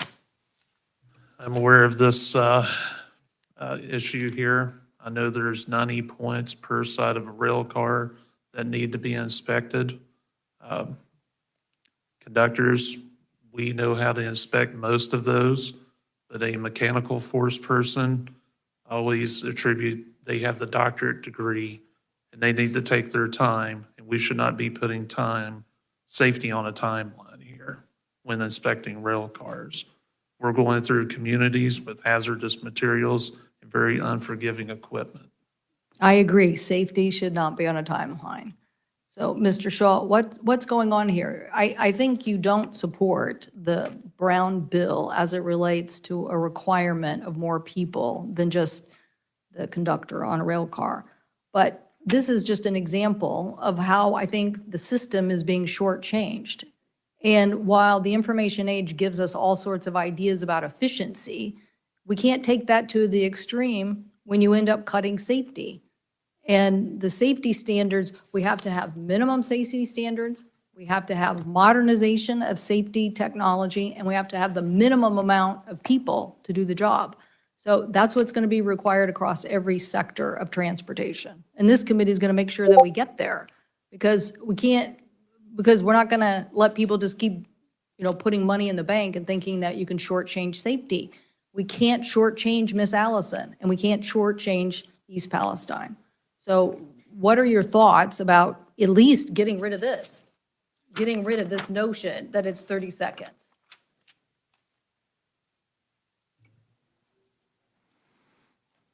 Senator, I'm not familiar with a minimum or a maximum on rail car inspection duration.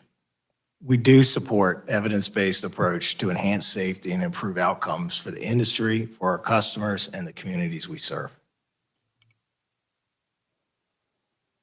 Well, maybe you can find somebody in your organization to get you this document, but it's clearly your document, and it's clearly what's being implemented. And I don't think it's the standard that we want, and I don't think it's a safe idea. Now, I'd like to go to this larger issue, which we might be able to get some agreement on. Mr. Comstock, in the underlying bill is requirement for training of local firefighting teams on dealing with this kind of material. Is this enough? Is there enough in there? Or do we need to put something in here about equipment? I asked the first panel about this. I think it goes hand in hand. I mean, I think we have to have training, but I think we have to have specialized equipment, whether it's for monitoring or suits. And I also raised in my initial submittal that we need second set of turnout gear. And the best example for everyday firefighting is we have one set of turnout gear. And when I have to wash that, I'm out of service. In this rail car instance, I had 3 firefighters who were exposed. Their gear is contaminated. I can't use it. It takes 6 months to get replacement gear. That means I have 3 firefighters who are out of service for 6 months who can't respond to auto accidents or to structure fires. I was able to find 1 spare set of gear, and on 2, I had to rent some. So we have, throughout this country, we're lucky in many departments have good 1 set of gear. Departments that have money have 2 sets, so you can wash 1. And so that's just an everyday use that we need.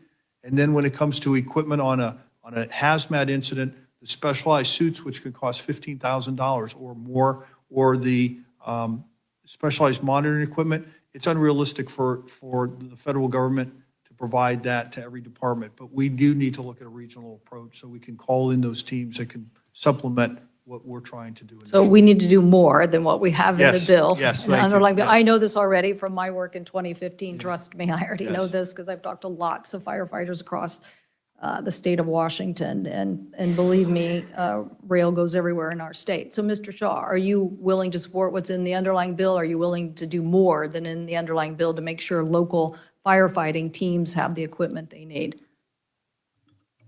Senator, we absolutely support what's in the underlying bill, and we are willing to do more to support firefighters. We just opened up a regional training facility in Ohio for first responders. Yeah, I'm thinking something a little different. I think, this committee has dealt with the Oil Spill Trust Fund. Senator Stevens did great work on that. It literally is about having the resources up front in a timely manner to have in a community. And the challenge here is going to be to figure out how to do that and where to do that. But I think if we're going to continue to move product like this and have this level of risk, we can't just leave it up to volunteer firefighters to be on the front line.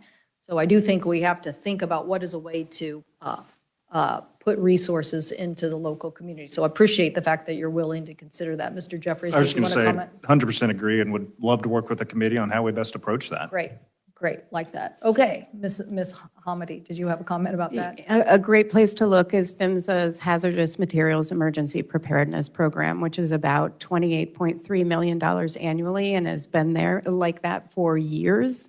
It needs to increase. It is paid for by fees from the shippers and the transporters of hazmat. Okay, so good. We get some consensus there. Okay, and what about, in general,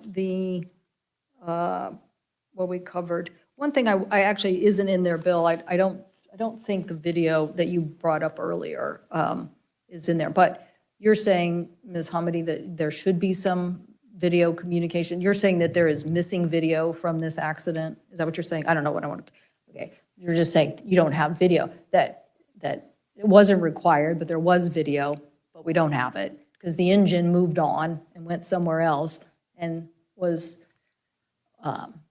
videotaped over. Yes. Okay. And in the DuPont accident, you were mentioning how valuable that was. Why was it valuable in the DuPont accident? Very valuable. First, some assumed early on, not us, that there was distraction in the locomotive cab, and we could see in the video that that did not occur.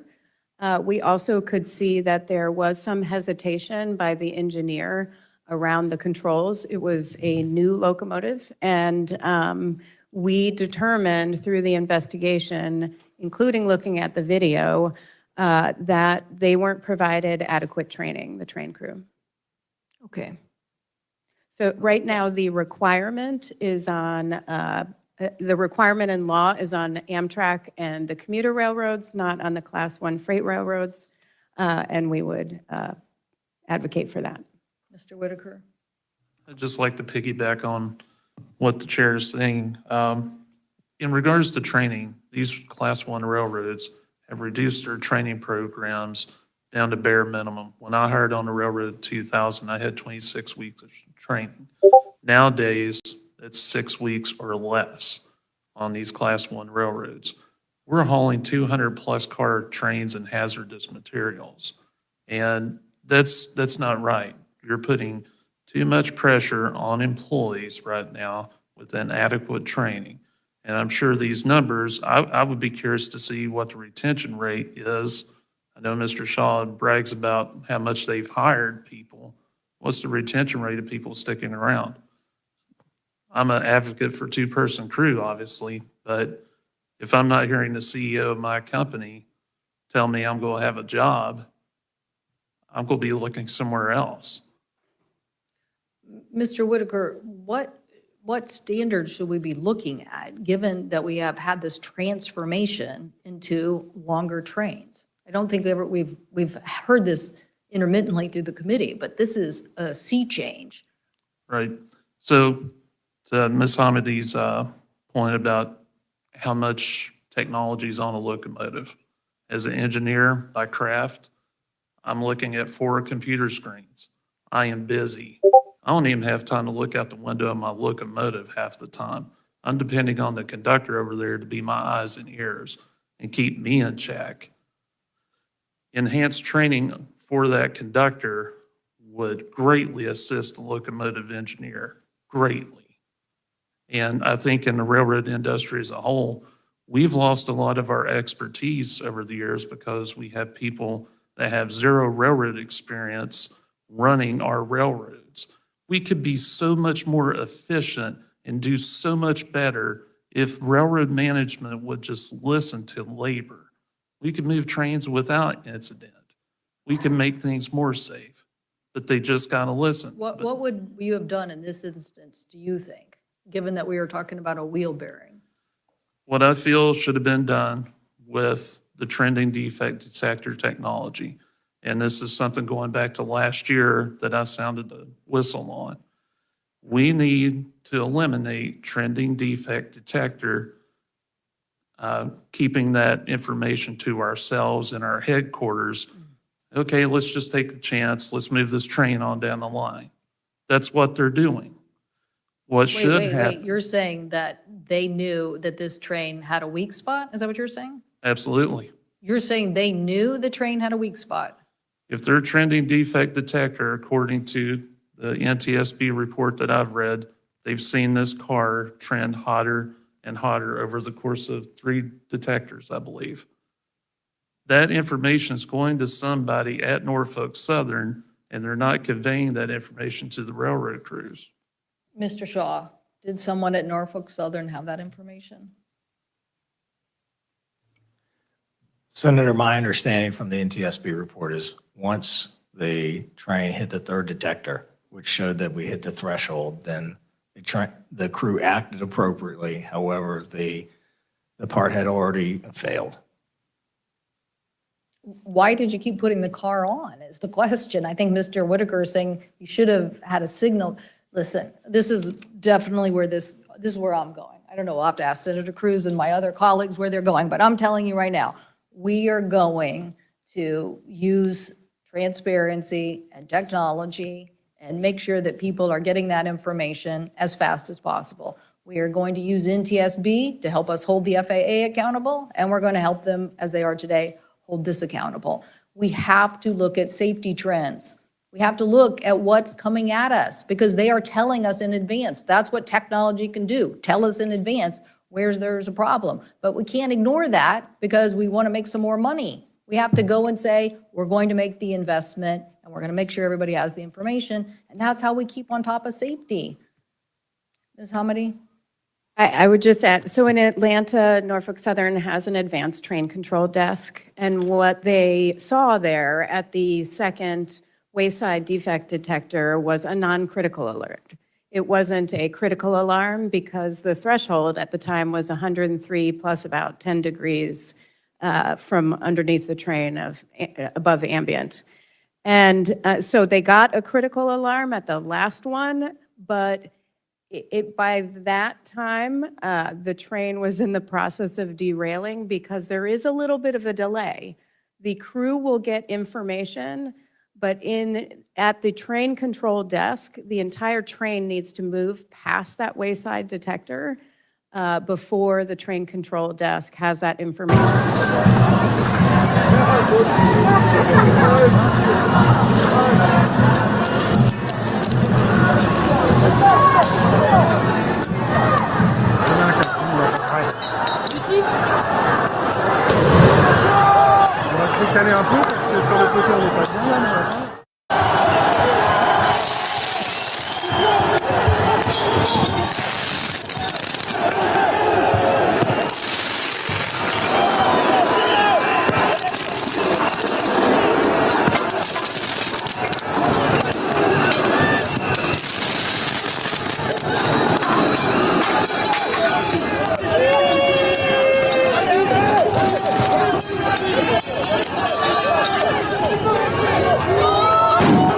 Locomotive down and slows the train down.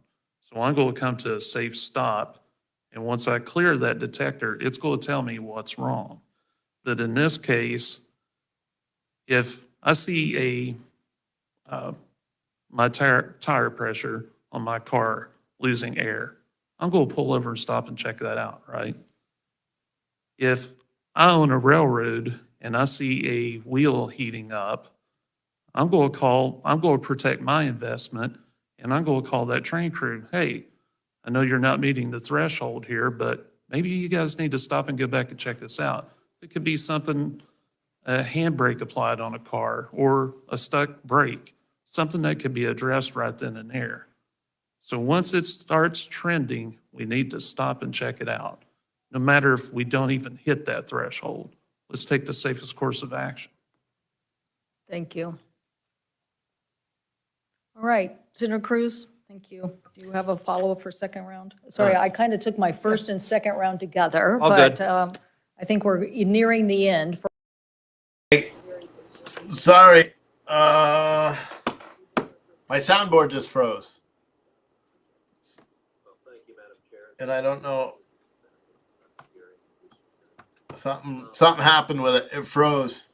So I got to end this live stream. I may or may not go live later on today. I don't know. I don't even know if you guys can hear me, to be completely honest. So let me double check here. It seems that it's going, it seems like it's picking it up from the webcam, but for some reason the sound on my soundboard is frozen. I can't do shit. So I'm going to end this live stream. I'll probably come back live maybe later. I don't know. I got to go to the post office as well. I'm trying to get ready for tomorrow's trip. I'll be honest. They denied my press credential, with all the banking stuff that I talked about before. I'm a little discouraged just in general. Plus our sales have been really down over the past, 2 or 3 days. So I am a bit discouraged, and I may go broke on the trip down there. But they denied my press credential as well for the Trump rally, but I'm not deterred. I'm still going to go. I'm still going to drive. I've got the overlays and everything set up, so it'll work pretty good for tomorrow. But, yeah, if you guys want to make a purchase in our store of any of our hoodies or anything like that, I would really appreciate it. right now would be a time, or if you just want to make a contribution directly via Cash App or Venmo, you could do that as well via the links there. That money just goes straight towards the fuel, just paying for the gas, paying for hotels, paying for everything to get down there. I already got the big hotel, and I already got most of the gas covered anyway. But who knows? It's gonna be a long couple of days. That's for certain. But I will see you guys in a little bit. I may go live in a little bit, but I can't even. I have to restart my soundboard. I can't even mute this audio because I was trying to show that what was going on with the riot out there in Paris. But yeah, I will see you guys in a little bit. Okay. I'll probably be live around 4 o'clock Eastern for a late show.